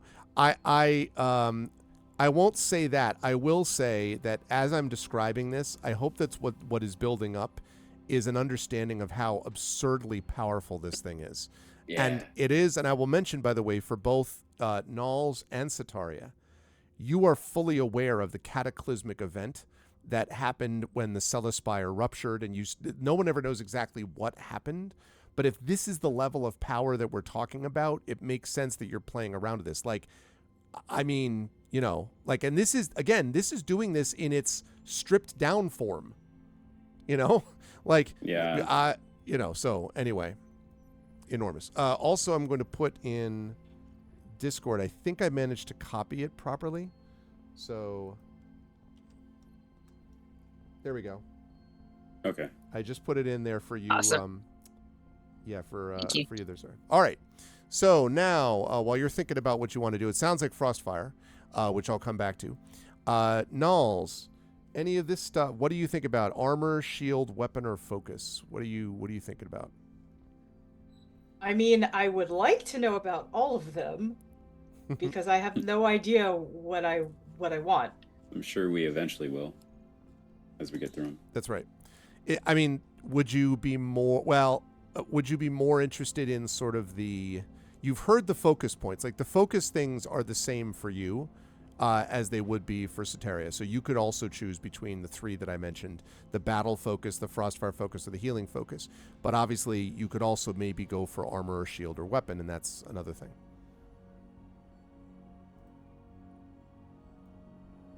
Okay, so I also have, you said like there are certain legacy items that can be improved, right? Well, legacy is the improvement of Okay. whatever you're using. Yeah. Okay. Well, like I said, I want to know about all of it. Okay. I don't want to just know about, you know. We'll choose one. Choose one to begin with, and we'll see if we get most of them. What's the weapon stuff like? Okay, couple of options. And let me actually say, so charger weapon would be a two-handed melee weapon. I'm not sure that's your bag. I don't know. We have defender weapon, which is any melee weapon. Possible, maybe. Yeah, so let me read those out, and then you can tell me which one interests you. Defender weapon, demolisher weapon, which is any bludgeoning melee weapon. Energy weapon, which deals damage of a specific damage type. Impact weapon, which basically builds attack or damage, pretty straight ahead. Rebound weapon, it's the boomerang weapon. Basically, like you throw it and it comes back to you. So there's that. And this increases over time. There's also a speed weapon, which increases your quickness and fluidity. I thought about this. I wondered if Raven might have interest in this, but we'll come back to that. So speed weapon, which increases your quickness and fluidity. And the last one is called a wounding weapon, which inflicts severe injuries difficult to heal. Any of those sound interesting that you'd like to know more about?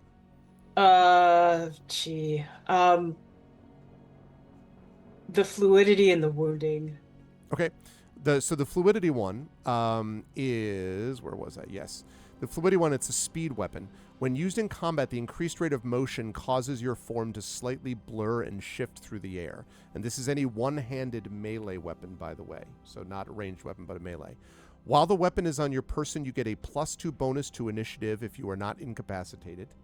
And if you're surprised, you can use your reaction to draw the weapon and make an attack with it. If you're surprised. That's at the initiate level. Superior level, +1 bonus to attack and damage. Gains the finesse property if it didn't already have it, which means you could use your dexterity instead of your strength for it. And you can draw or sheathe this weapon simultaneously with another weapon as part of your attack action. So like, you know what I mean? Like speed draws, basically. Master level, weapons bonus to attack and damage increases to +2, and you can make one attack with this weapon as a bonus action on each of your turns. Pretty Which one is powerful. that? That's the speed weapon. Okay. And then wounding weapon that you asked about. Once per turn, when you hit a creature with an attack using this weapon, you can wound the target. At the start of each of the wounded creature's turns, it takes 1 necrotic damage for each time you've wounded it, and then makes a DC 13 Constitution saving throw. If it makes it, it ends the effect of all such wounds on itself. So if you hit it like 5 times, it means you're now doing 5 extra necrotic damage every turn to it. Just, this thing. That's at initiative level. At the superior level, the necrotic damage a wounded creature takes at the start of each of the turns increases to 1d4. The DC for this throw to end the effects of wounds increases to 15, and hit points lost to this weapon's damage can be regained only through a short or long rest, cannot be regained through regeneration or magic or any other means. Master level, +1 bonus to attack and damage, and the damage increases to 1d8 for each time you've wounded it. So I have this image of like, you hit something 3 times and it's taking 24 additional or I should say whatever it is, 1d8. So like up to 24 points of additional damage per turn, just automatically until it heals it, which is also pretty badass. So those are your 3 style of those weapons that you mentioned, the wounded or the what did I say, speed weapon. So those are only melee, though? Those are only melee. Are there any ranged ones? Ranged ones, there are impact weapon, which basically increases increases the damage and attack. You can use that with ranged. Also, energy weapon, which deals additional damage of a specific type, and you can actually decide what damage type you would like. There are 6 types: Defiler, that's necrotic damage; Firebrand, that's fire; Frostbrand is cold; Lightbrand is radiant; Ruiner is acid; and Thunderbolt is lightning. So, and you do an additional 1d6 damage of a specific damage type. So whatever damage you normally do with your weapon, plus 1d6 of whatever you chose: necrotic, fire, cold, radiant, acid, lightning. And at superior level, 2d6. And at master level, you have resistance to the damage that it does. So if it does additional cold damage, it means you're resistant to cold damage. Pretty good. That's the energy weapon one. And then impact weapon, like I said, is basically just... actually, I should say one thing about it, which is that in impact weapon, you get +1 to attack and damage. Superior is +2 to attack and damage. Master's +3, and also ignores any resistances to the weapon's damage type. So if it's like, I'm resistant to cold, it's like, no, you're not, actually. Okay. So That there's was that too. impact, you said. That was impact weapon, correct.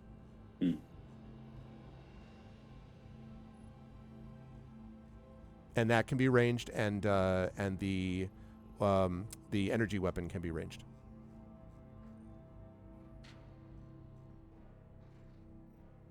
Now, the other thing I'll say is the rebound weapon technically says a melee with a thrown property. So if there's something like you could throw a dagger, right? Or if you were to throw a hammer, or if you were to throw, a boomerang, but whatever, this thing will come back. So, if you wanted to like throw a dagger, this thing returns to your hand. Yeah. Okay, so what kind of damage does rebound do? Rebound is +1 to attack and damage.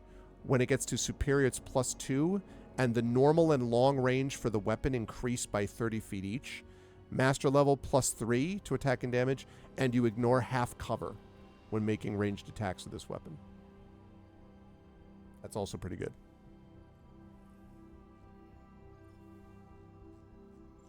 So yeah, Okay. any of those grab your tickle your fancy, Nulls? Well, yes, but I'm going to have a very hard time choosing. I'm just Go letting ahead you and know. think about that. I will go on to Raven while you're doing that. Raven, any of these grab your interest? Also, don't forget there's Armor and Shield you could check out if you want it instead, Raven. Actually, I was going to add, yeah, I was going to ask about the shield.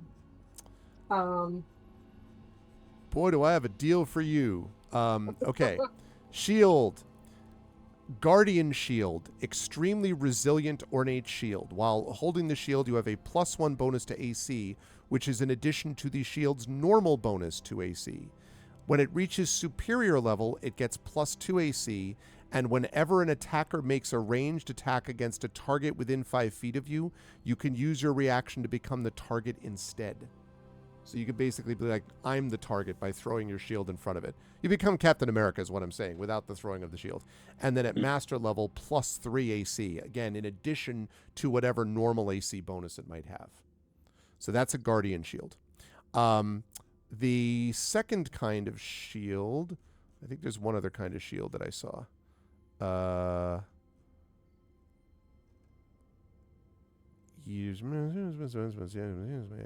Yeah, wielding increases your armor class by 2, right? So I think that's it for shields. That's but that Guardian Shield is like, that's a very good shield, especially when it gets up to the higher levels. So that's the shield that you could use. okay. I'm tempted to get the shield, but I also want to check out the armor too. Sure. My armor is very low. Yeah. So your is mine. armor, you do have a few choices for this. One of them is durable armor. When wearing this armor, any critical hit against you becomes a normal hit. Mm. And at superior level, +1 bonus to AC, and at master level, +2 AC, and bludgeoning, piercing, and slashing damage from non-magical weapon attacks is reduced by 3. So that's durable armor. Explorer armor has additional features for surviving in an environment. While you wear this armor, you automatically succeed on saving throws made against exposure to extreme heat or extreme cold, and that's at the initiate level. At superior level, +1 to AC, and also your walking speed increases by 10 feet. Master level, +2 AC, and while wearing the armor, you can stand on and move across any liquid surface as if it were solid ground. Ooh. You kind of walk on water is what I'm saying. Protection armor. Versatile overall protection, +1 to saving throws. Superior, +1 bonus to AC and +1 bonus to saving throws. And Master, +2 bonus to AC and +1 to saving throws. And then the last bit of armor, type of armor, is resistance armor. And the resistance armor means you can use an action to gain resistance to the chosen damage type. You'd have to decide what type you want for 10 minutes. You can't use the feature again until you finish a short or long rest. The resistance that we're talking about is acid, cold, fire, force, lightning, necrotic, poison, psychic, radiant, or thunder. Basically all the different kinds of damage types that you could have. At superior level, you have resistance to the chosen damage type always. Like, you don't have to use an action, you just always have it at superior level. And at master level, you get +1 AC, and if an attack dealing the chosen damage type, like say you get hit by cold, that would reduce you to 0 hit points, you're instead reduced to 1 hit point because of this armor. So there you go. Which was the one that allowed you to walk on water again at That's the one I thought was cool too. The Explorer armor. Additional features for surviving in any environment. I am really tempted to get that one. Now remember, the walk on water one though only happens when you get it to master level, so just be aware of that. Like, you don't get that straight off. So you would you need to put in like an orichalcum ingot to get to superior and another one to get to master. So I'm just letting you know that that's the case. Okay. All right. But what does that do for like the regular, like the main level? At the initiate level, you automatically succeed on heat or cold saving throws.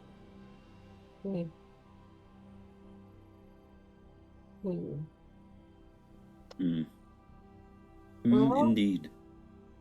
As much as I like that one, and as much as it really sounds cool, the protector one, what was the first one you had mentioned? I mentioned durable armor. Like the critical hit becomes a normal hit. That was the durable armor. Yeah, I think I do like that one more Okay. because I think with that, yeah, seeing that I have low armor to begin with, I think that one would probably work better Oh, for. and you know what? I'm sorry. I just struck me though. You're wearing light armor right now, right? Yeah. Yeah. Okay. I'm sorry. This is only medium or heavy armor. It has to be medium or heavy for durable. I'm sorry. Ah, Explorer armor is any kind. Protection armor is any kind. Resistance armor is any kind. But unfortunately, that durable one has to be medium or heavy. Sorry, I didn't see okay. that before. Sorry. I took it away from you. I gave it to you, and I was like, ha. Snatched it back. I apologize. I'm sorry. Yeah. Okay. You're gonna have to run through the. I'll do it quick. That's fine. So Explorer, that's the one that's automatic saving throws, heater colds succeed. At superior level, +1 to AC. Your walking speed is increased by 10 feet. Master level, +2 to AC, and you can walk on water, basically. That's Explorer. Protection armor, +1 to saving throws. At superior level, +1 to AC as well. Master level, +2 to AC, and in addition to all the other things. And then resistance armor is protection against a specific type of damage when you use an action for it. At superior level, you just automatically have resistance to whatever damage type you chose initially. And then master level, +1 to AC. And if an attack from that damage type reduces you to 0 hit points, you're reduced instead to 1 hit point. That's resistance armor. So any of those you can get. Resistance or protection or Explorer.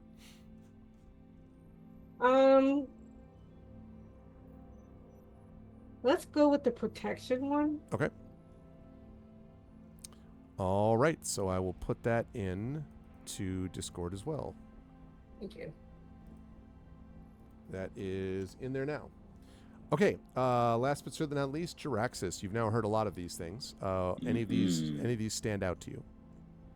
Yeah, so I have been thinking about making Jiraxis because he's been leading the charge in a lot of situations, and because of like his shield stuff that he has active, how he can give himself temporary hit points all the time. He's been inadvertently tanking at times. Him and Gamork, more Gamork, admittedly, but there's not really a viable way for him to become a melee build because his strength and dexterity is really low, and there's not the equivalent of D&D has the Hexblade Warlock, which lets you attack with your charisma, but there isn't really such a thing for Cybermancer. Right. So I am locked in, I think, into my Eldritch Blast, my Sprite Beam. And so I think, the best defense is a great offense. So I think I would just go for the battle focus, honestly. Okay. Just the flat bonus to spell attack rolls, so that if something's trying to kill us, instead of protecting myself more, I kill them more.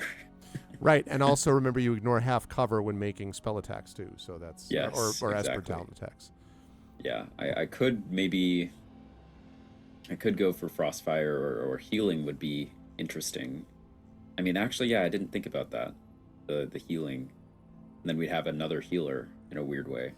No. The entire No, it's an entire healing sorry, party. I'm taking away from your value. 4 clerics go into a dungeon. Can Raven heal at all? I can. Oh gosh. But Okay. She doesn't do it often. Her heals are basic. All right. Go that way. Okay, I think Jiraxis will do the battle focus. I love it. I will put that into chat. Okay, into Discord rather. All right, now, just as we're closing in on the end of time here, so before I do that, I will ask, do you? So you're going to do this. Are all of you are just doing one per, right? So no one was going to do we're going to stack it and we're going to triple increase to whatever. I mean, that would be cool. If we can return to DB, sure. If we find more orichalcum. I mean, part of me is tempted to give my ingot to Sitaria so that she can start whipping around fireballs with her Frostfire focus. I don't know if that's a good idea though.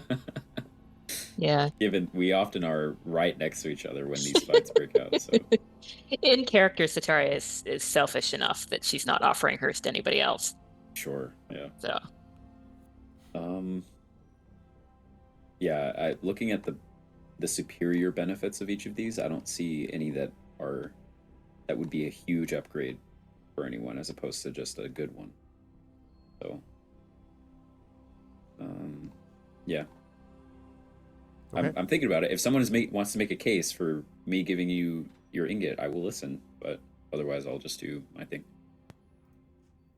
Okay. I think everybody should keep their ingots. Okay. So, one at a time, you all step up, and the. Oh, wait a minute! I haven't chosen anything. Oh, it's right. You haven't picked yours yet. I'm sorry, Knowles. Well, Well, everybody else chose theirs at the time. I forgot you were waiting to decide. I beg your pardon. What have you chosen? So there are three that intrigue me, but I don't know. Like when you talk about different types of damages, I don't know what they all are. Like when you talk about radiant and necrotic and fire, and I don't Sure. know what the different benefits of all that stuff is. So like Nulls is not like a melee type. Mhm. So like the wounding thing sounds really cool, but I don't know.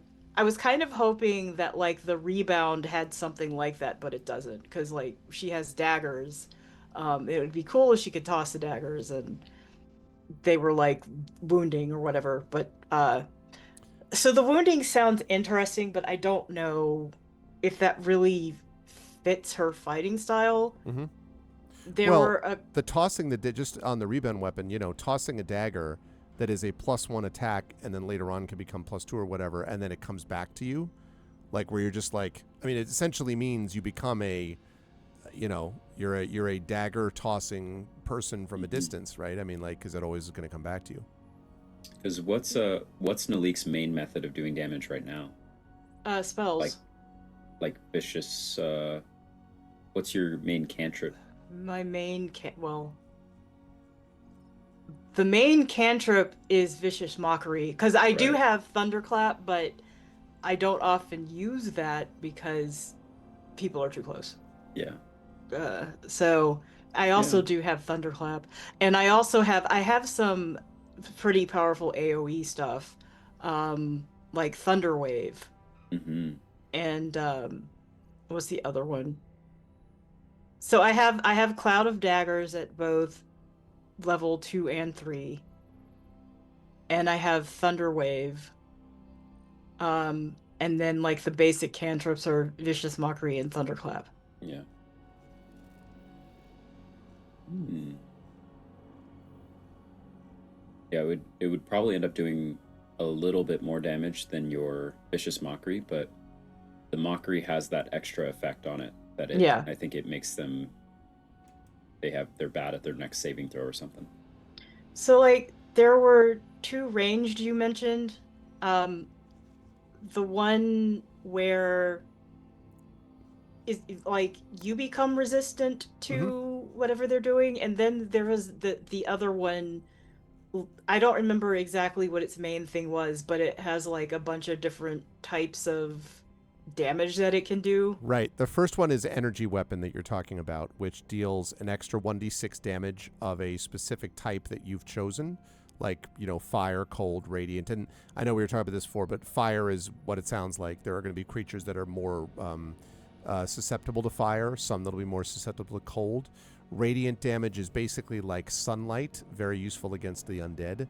Acid is very useful against metallic items in a lot of cases too. Not all of them, it depends, but many of them are. And then lightning damage, like electrical damage essentially. Necrotic damage is very useful for sort of like, it's sort of like damage of decay, might be a way to put it. So the energy weapon does that, 1d6 of a specific damage type. And when it gets to master level, then it has resistance to that same damage. So it would be resistant to fire if it was a fire-based item. So that's the energy one. The other one that you mentioned was ranged, not the impact one. Was it the impact one? What was the other one you were asking about? The ranged What weapon does the for- impact one do? Like, Yeah, +1 to attack and damage. Superior is +2 to attack and damage. Master is +3, and it ignores any resistances to the weapon's damage type. So if you have a weapon that you're using that's like a, if you throw a dagger, which would be piercing damage, it would then ignore resistances to piercing because it's just that good. okay, no, but what was there It a was third wounding. ranged? You're talking Was there about a wounding weapon? That was melee though, Oh. right? No, wounding can be done. It's any slashing or Oh. piercing weapon. Any slashing or piercing weapon. So a crossbow could be wounding too. Yes, because it's piercing. Yep. Okay, so yeah, so Nulls Ooh. has a crossbow, a dagger, and a rapier, Yep. which are all piercing. You just have to pick one of them, but yes. So no, the dagger would I can't do wounding and rebound. Yeah, you can't do rebound wounding. Yeah. That does not work. That sucks. So the other question I have then, does that mean you automatically strike your target, or do you still have to?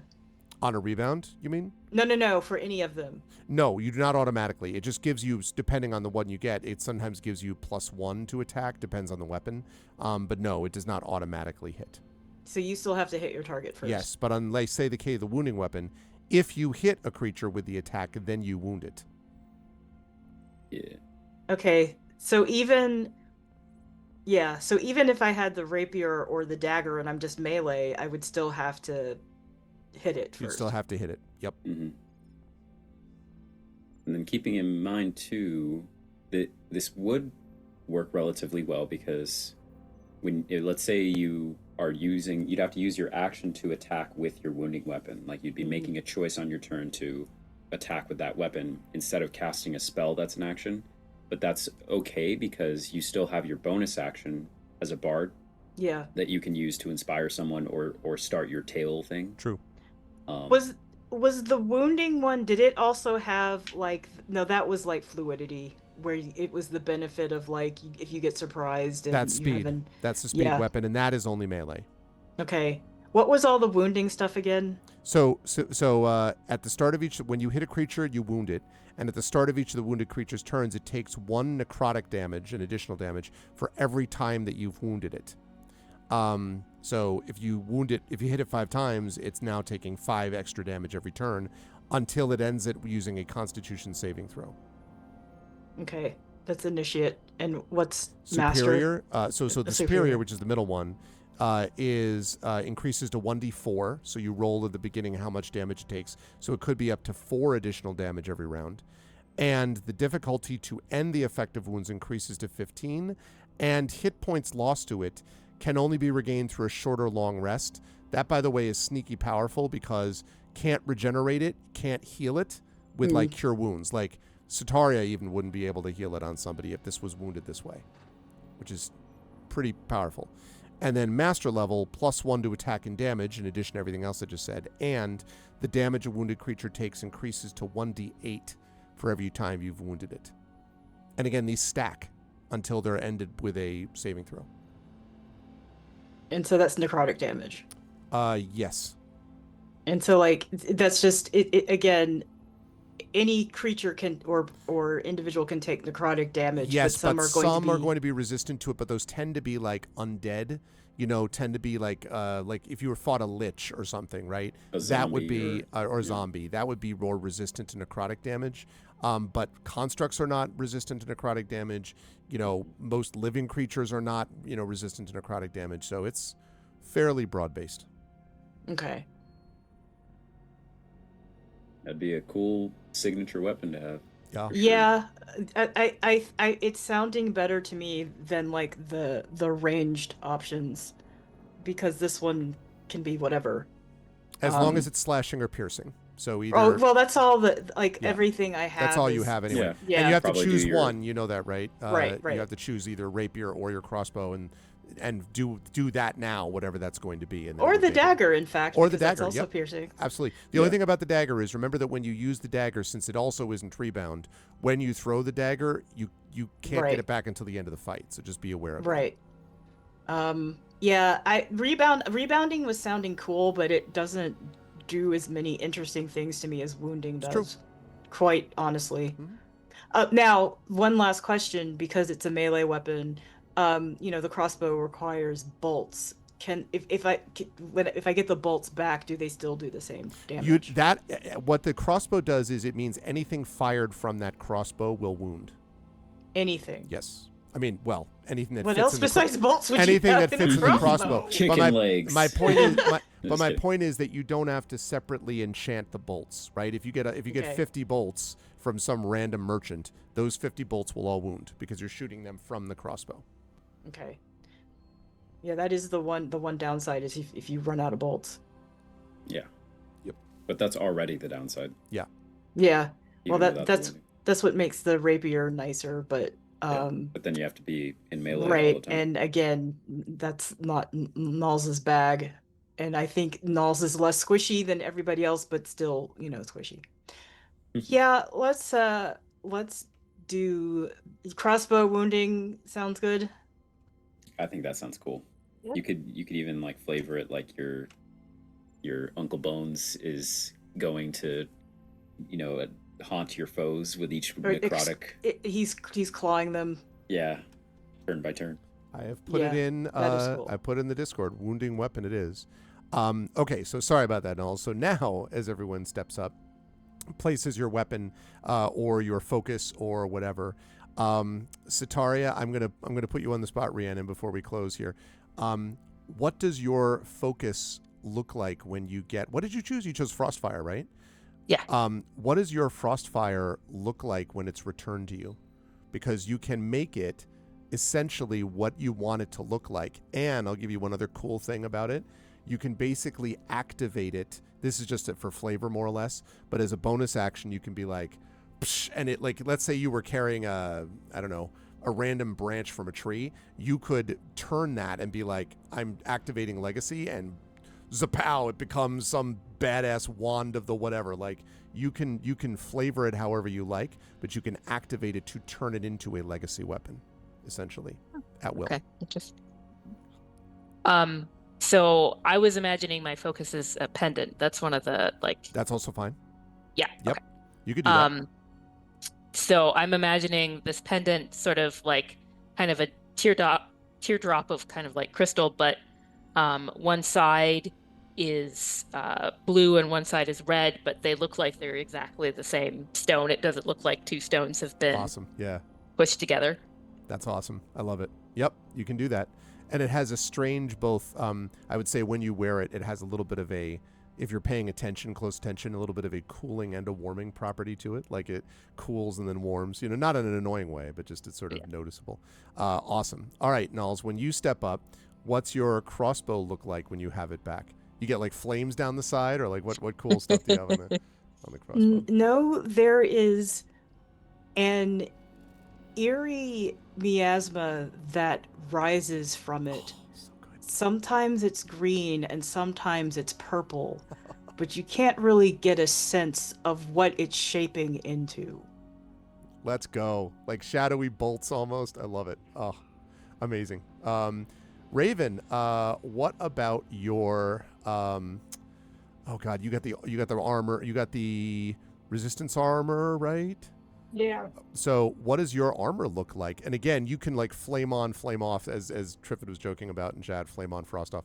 You could first of all, you need to tell me also, what is it resistant to? You have to tell me what type you'd like it to be resistant to, because it's a specific type of damage. Does she get to choose every day or right now? You have only? to choose this. You have to choose right now. Mm. Wait, Yep. is this the same one? Wait, Oh, is it I noted resistance or did down- you do protection? What did you do? I noted down protection. Oh, I'm sorry, not Yeah, resistance. yeah, Protection. Never yeah. mind then. Never mind. Okay. So yeah, All so right. you have a +1 bonus to all saving throws at the initiative level. yeah, yeah. so yeah. when you, so what does this thing look like, Raven? Actually, this is gonna be awful, but yet awesome. Okay. It's gonna look like a brooch. It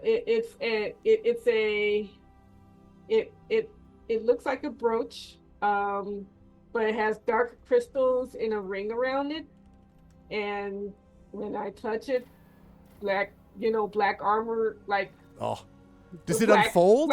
Black shadows flow under it. Oh. It kind of it's almost magical, but it's inverse magical, like magical transformation. Yeah. And it becomes this like skin tight dark armor. Badass. I love it. So it starts as shadow, but then almost like solidifies into this skin. Oh, that's so great. Amazing. So basically, you're Venom without the negatives, is what you're saying. Yeah. All right. Awesome. I love it. Amazing. All right, Jaraxxus. And then last but certainly not least, what does your battle focus look like when you do it? So you're saying we can, as a bonus action, activate like a flavorful cinematic appearance for it? But even if we don't do that, it always will still do. I what would it does? say yes. You could exactly. Okay. Right. I mean, it's not gonna like glow and be like start sending out klaxon signals if you're trying to stealth is what I'm saying. Okay. But yeah, it does have that. But sort I of like let's say in combat, where something's going really bad, do I have to spend a bonus action to activate the properties of this thing? No, or no. Although I think it'd be cool to sort of just. Although you think you should, yeah, because it looks cool. Yeah. All right, then for sure. I think Jaraxxus, his main thing is shooting this sprite beam, which for the longest time has been flavored as a series of code and or emojis, right? I guess. But just essentially any characters that would be. And by that I mean like letters or numbers or characters that would be coming out of a computer. Okay. Because he's a cybermancer. So that he's just been shooting from his hand, because I imagine he has some way, as part of he wears this like electronic sim unit bodysuit, almost like a net runner from Cyberpunk kind of thing. Mm-hmm. And it is just sort of like a glove. So I'd like to imagine now that as he gets the work done on it, that it has turned into a gauntlet that when he turns it on, a hologram appears over his arm that he can kind of change to be what he wants it to be. So he can do a sprite beam that looks like he's shooting a holographic gun. Or he can do a sprite beam where a scope appears over his wrist and then he's shooting it like an Iron Man pulse or something. Okay. So essentially I just imagine that the battle focus creates a sort of like translucent blue hologram over his arm that appears almost like a mesh of a more stylized shot of the blast. But I think the common point would be that it has a scope because he's now better at the attack rolls. You've never seen the movie The Last Starfighter, have you? I don't think I have, no. Have any of the three of you ever seen it? Okay. So, LaShawn, you remember the guy that has the zzz, psh, the orange thing that goes over his eye, like one of the bad guys that just sort of flips into place, and he has like Last Starfighter. Yeah. You know what I mean? I remember. Last Starfighter is not a great movie, but it has two things going for it. One, Robert Preston. And two, which was I think his last movie actually. And the other thing it has going for it is that like there's this ridiculous line that he has just before the guy's defeated, and the guy's like, "Sir, we've lost all our power and we've lost everything and we're heading into the moon. What do we do?" And the little like thing goes, "Psh," and then he says, "We die." And then he just hits the moon. Yeah. But the thing about the orange thing over his eye.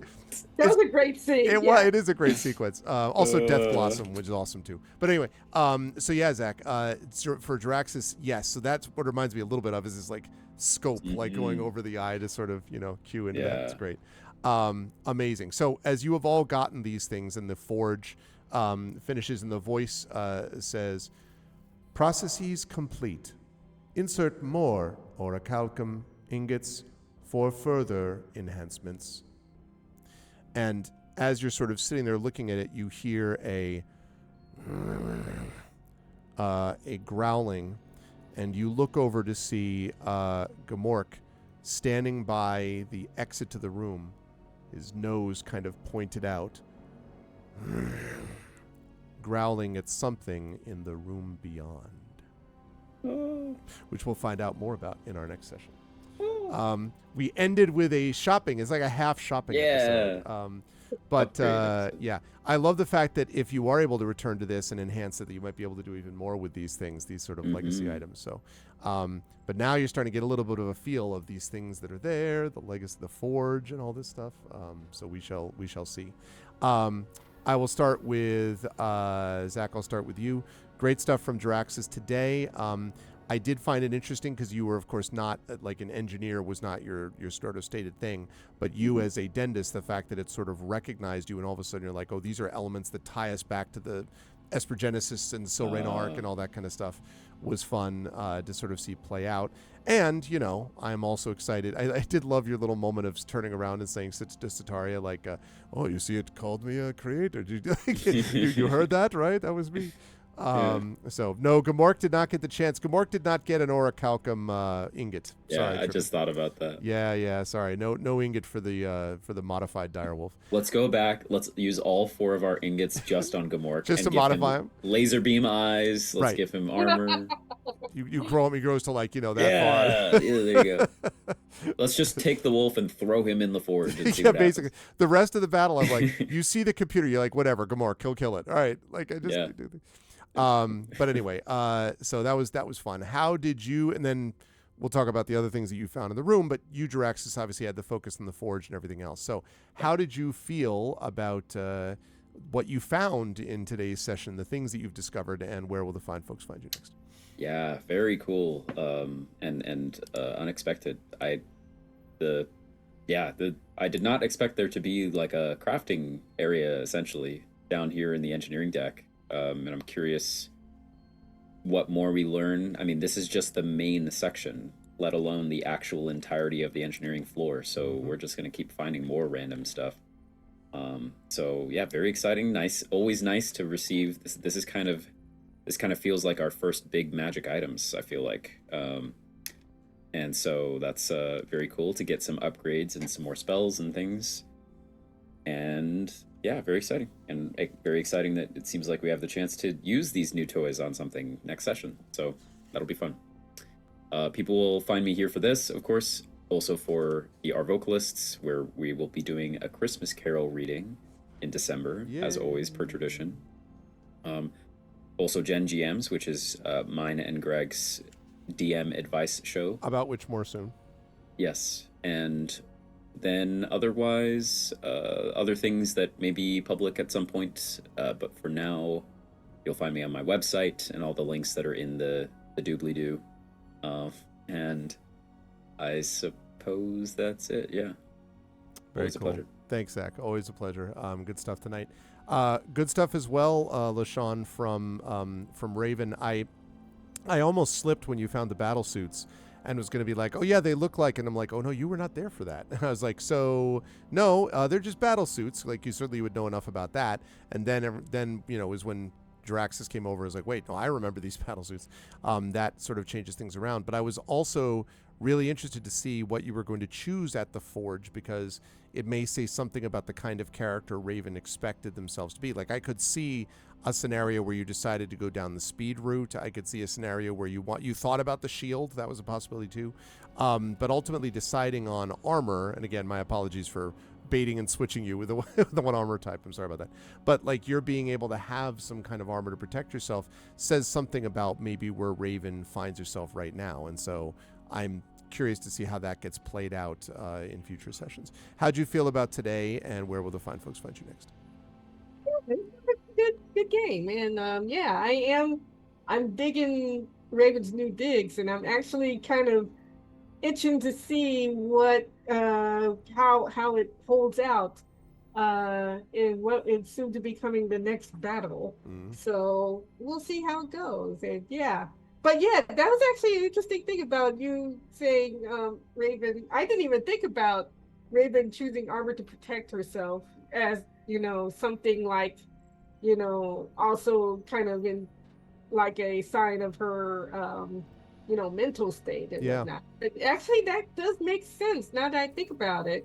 So I may want to play that up a little bit and see how that goes as well. I didn't want to assume, but it just seemed like that was the way you were maybe. I picked it because it's cool. It also because I'm so sick and tired of dying. 'Cause Yeah, of yeah, like, that all works. I'm with you. so yeah, but yeah, I think this will, yeah, it'll be interesting to see what the next session will be like. So yeah, looking forward to it. Good stuff. And any place that they can find you, the stuff you got going on right now, LaShawn? Oh yeah, you can find me at my, you can either find me on Blue Sky at T-Bone Jenkins. I have a blog called um, basically the address is T-Bone blog, T-Bone Cafe blog. But it's yeah yeah, I have a blog. Look me up. Um, if you Google me, you will find me somewhere. Good stuff. Thank you, LaShawn. Always a pleasure. And not last but certainly not least, I have two people left to go. The next person on the list is Toya. Toya, great stuff from Nulls also. I like the idea that you were, I didn't plan it this way initially, but when Sataria started addressing it, it's like secondary user. It's like, I am also a secondary user. That was kind of funny. And referred to it as DB. I also was interested in the choice that you made, Toya, and how you were kind of working through it, because it does say something perhaps about the nature of what Nulls is. Because, Nulls is like very chill and, sort of laid back and, very kind of like in harmony all the time, so to speak. But, these are serious, serious situations that that Nulls is facing, and figuring out what exactly needs to be done for her to, be able to do what's necessary, even if it means hurting and harming others, seems to be like that. It makes sense. And so, I don't know. I'm very interested to see what, it also gives you more options too, whether you're going to be sticking with the spell stuff in combat or whether you're going to be doing some more wounding them with your cool new wounding thing. So I was interested in that choice. How'd you feel about today? And where will the lovely folks find you next? Well, it's kind of funny you just talked about that. I mean, Nulls would be doing more crossbow shooting. It was that I had really terrible rolls early on, so I just kind of didn't do it as much. Ideally, it would be a mix of crossbow and spells. So yeah, and with the wounding thing, for me, I see Nulls as kind of being just outside of the veil of dreams and death and the beyond anyway. So it kind of makes sense to me. I also think DB said some very important things about the history of the ship and who may have been on it, especially the last user ID was wiped, which is very interesting. So I think Triffid referred to DB as the maker session, the maker shop, and it's a crafting bench, but it said a whole lot beyond just that, that I find very, very, very interesting. And for anybody who was not here at the beginning of the stream, I have a new creative endeavor. I am working on an interactive fiction. It is a quiet horror with elements of hidden object games and visual novels, and it's relationship management, where you are taking care of a couple of young girls. You yourself are an adolescent. The quiet horror gets less quiet as it goes. If you would like to support me in that endeavor, my Ko-fi link is above there in the chat. Also, if you go to shnoodlemedia.com, you can contact me about any editing that you need or game writing that you need, or let people know, that other people who might need my services, you can go there as well. And beyond that, I will just be here for the next session. Very exciting. Thank you, Toya. And yes, agreed on all that, as I've already said. Definitely hit Toya up for all of your editing and other variety-related needs. Definitely worth it.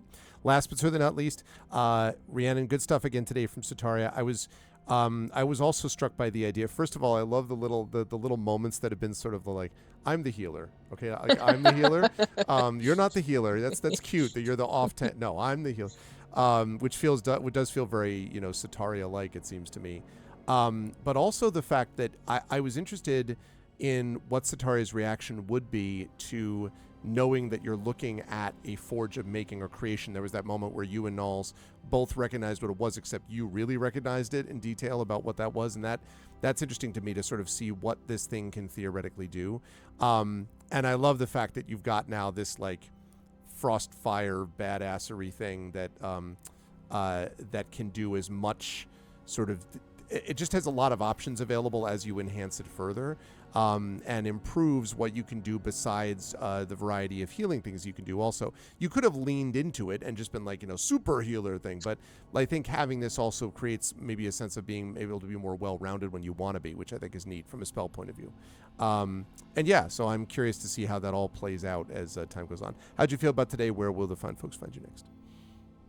It was a lot of fun. I enjoy having the moment to have Sataria sort of like check back in, because she gets a little sort of like, yeah, the consoles, they know those, they don't know those. Oh wait, I can read these. Yeah, the thing about where the bones, where my bones at. Yeah, exactly. And maybe it'll have her self-identity less tied up in her healing if she can do some other things in battle too.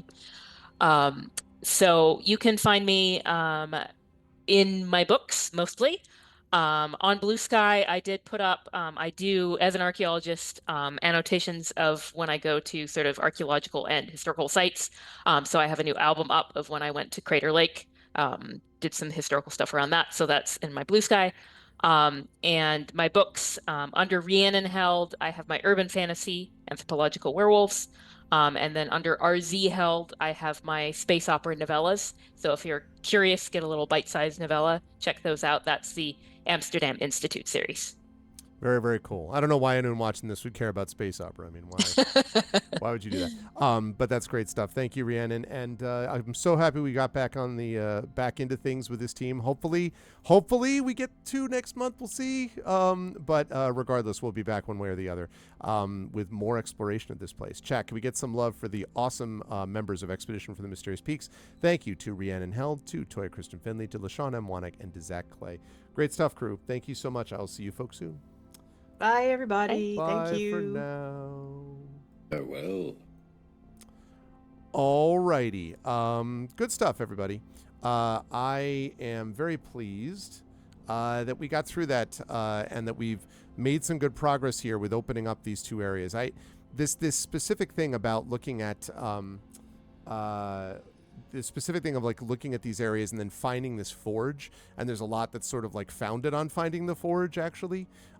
That I think is really interesting, and it's going to lead to all of these other sort of interesting possibilities down the line as well. It's going to be very neat. So, and again, very excited that we got not only new art, which is really cool, but also that we got a new, this new sort of whole map setup that's now specifically designed for Roll20.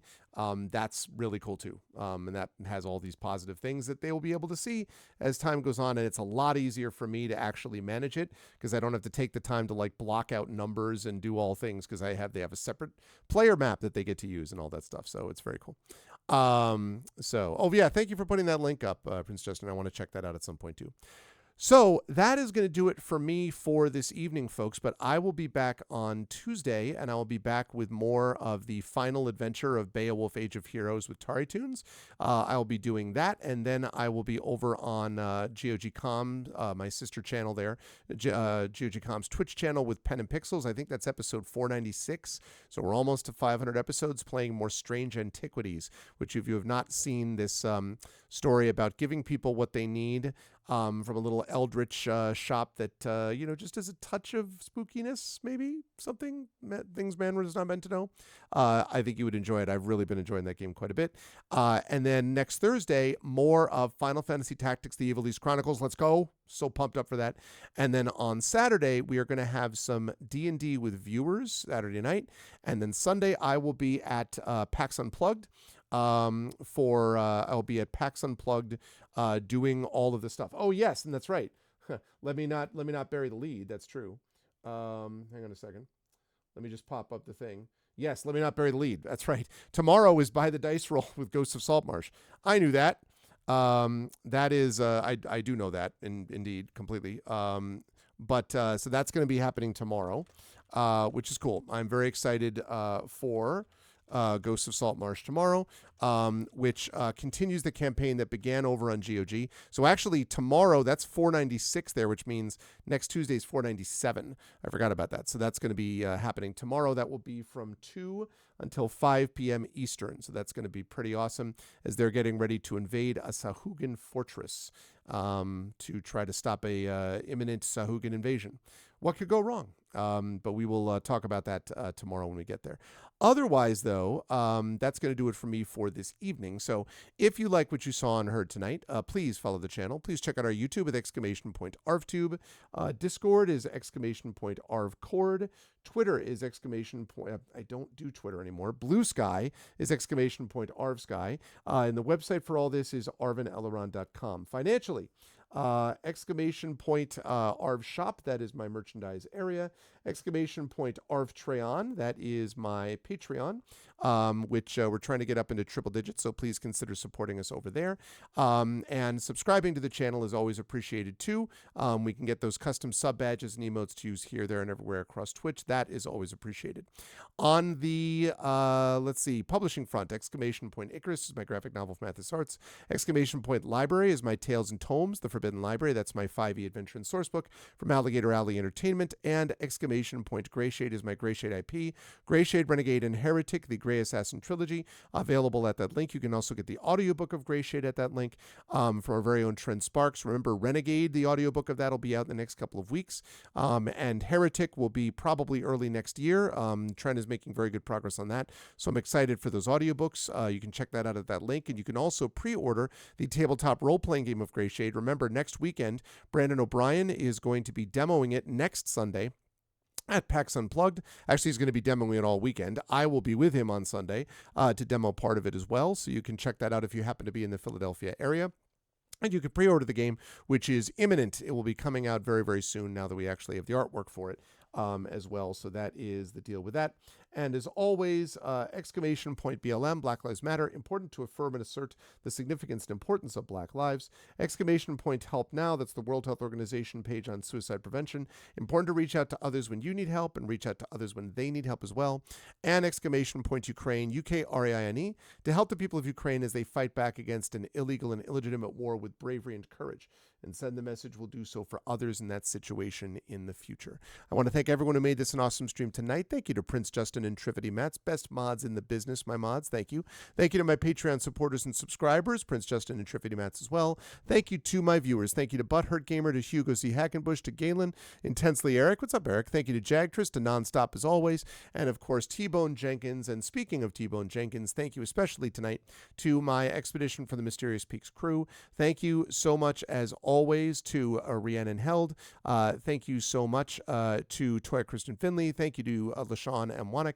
And thank you to Zach Clay for being awesome. And thank you to Alligator Alley for their sponsorship of this campaign as well. That's going to do it for me. I'll see you folks tomorrow, Sunday, at 2 p.m. Eastern for Ghosts of Saltmarsh with By the Dice Roll. And then on Tuesday for Beowulf Age of Heroes, followed by Strange Antiquities. That's what we've got going on soon. But that's it for me. Thanks, everyone. Much love. And I will see you folks down the line. Until then, everyone, please be good to each other. And bye for now.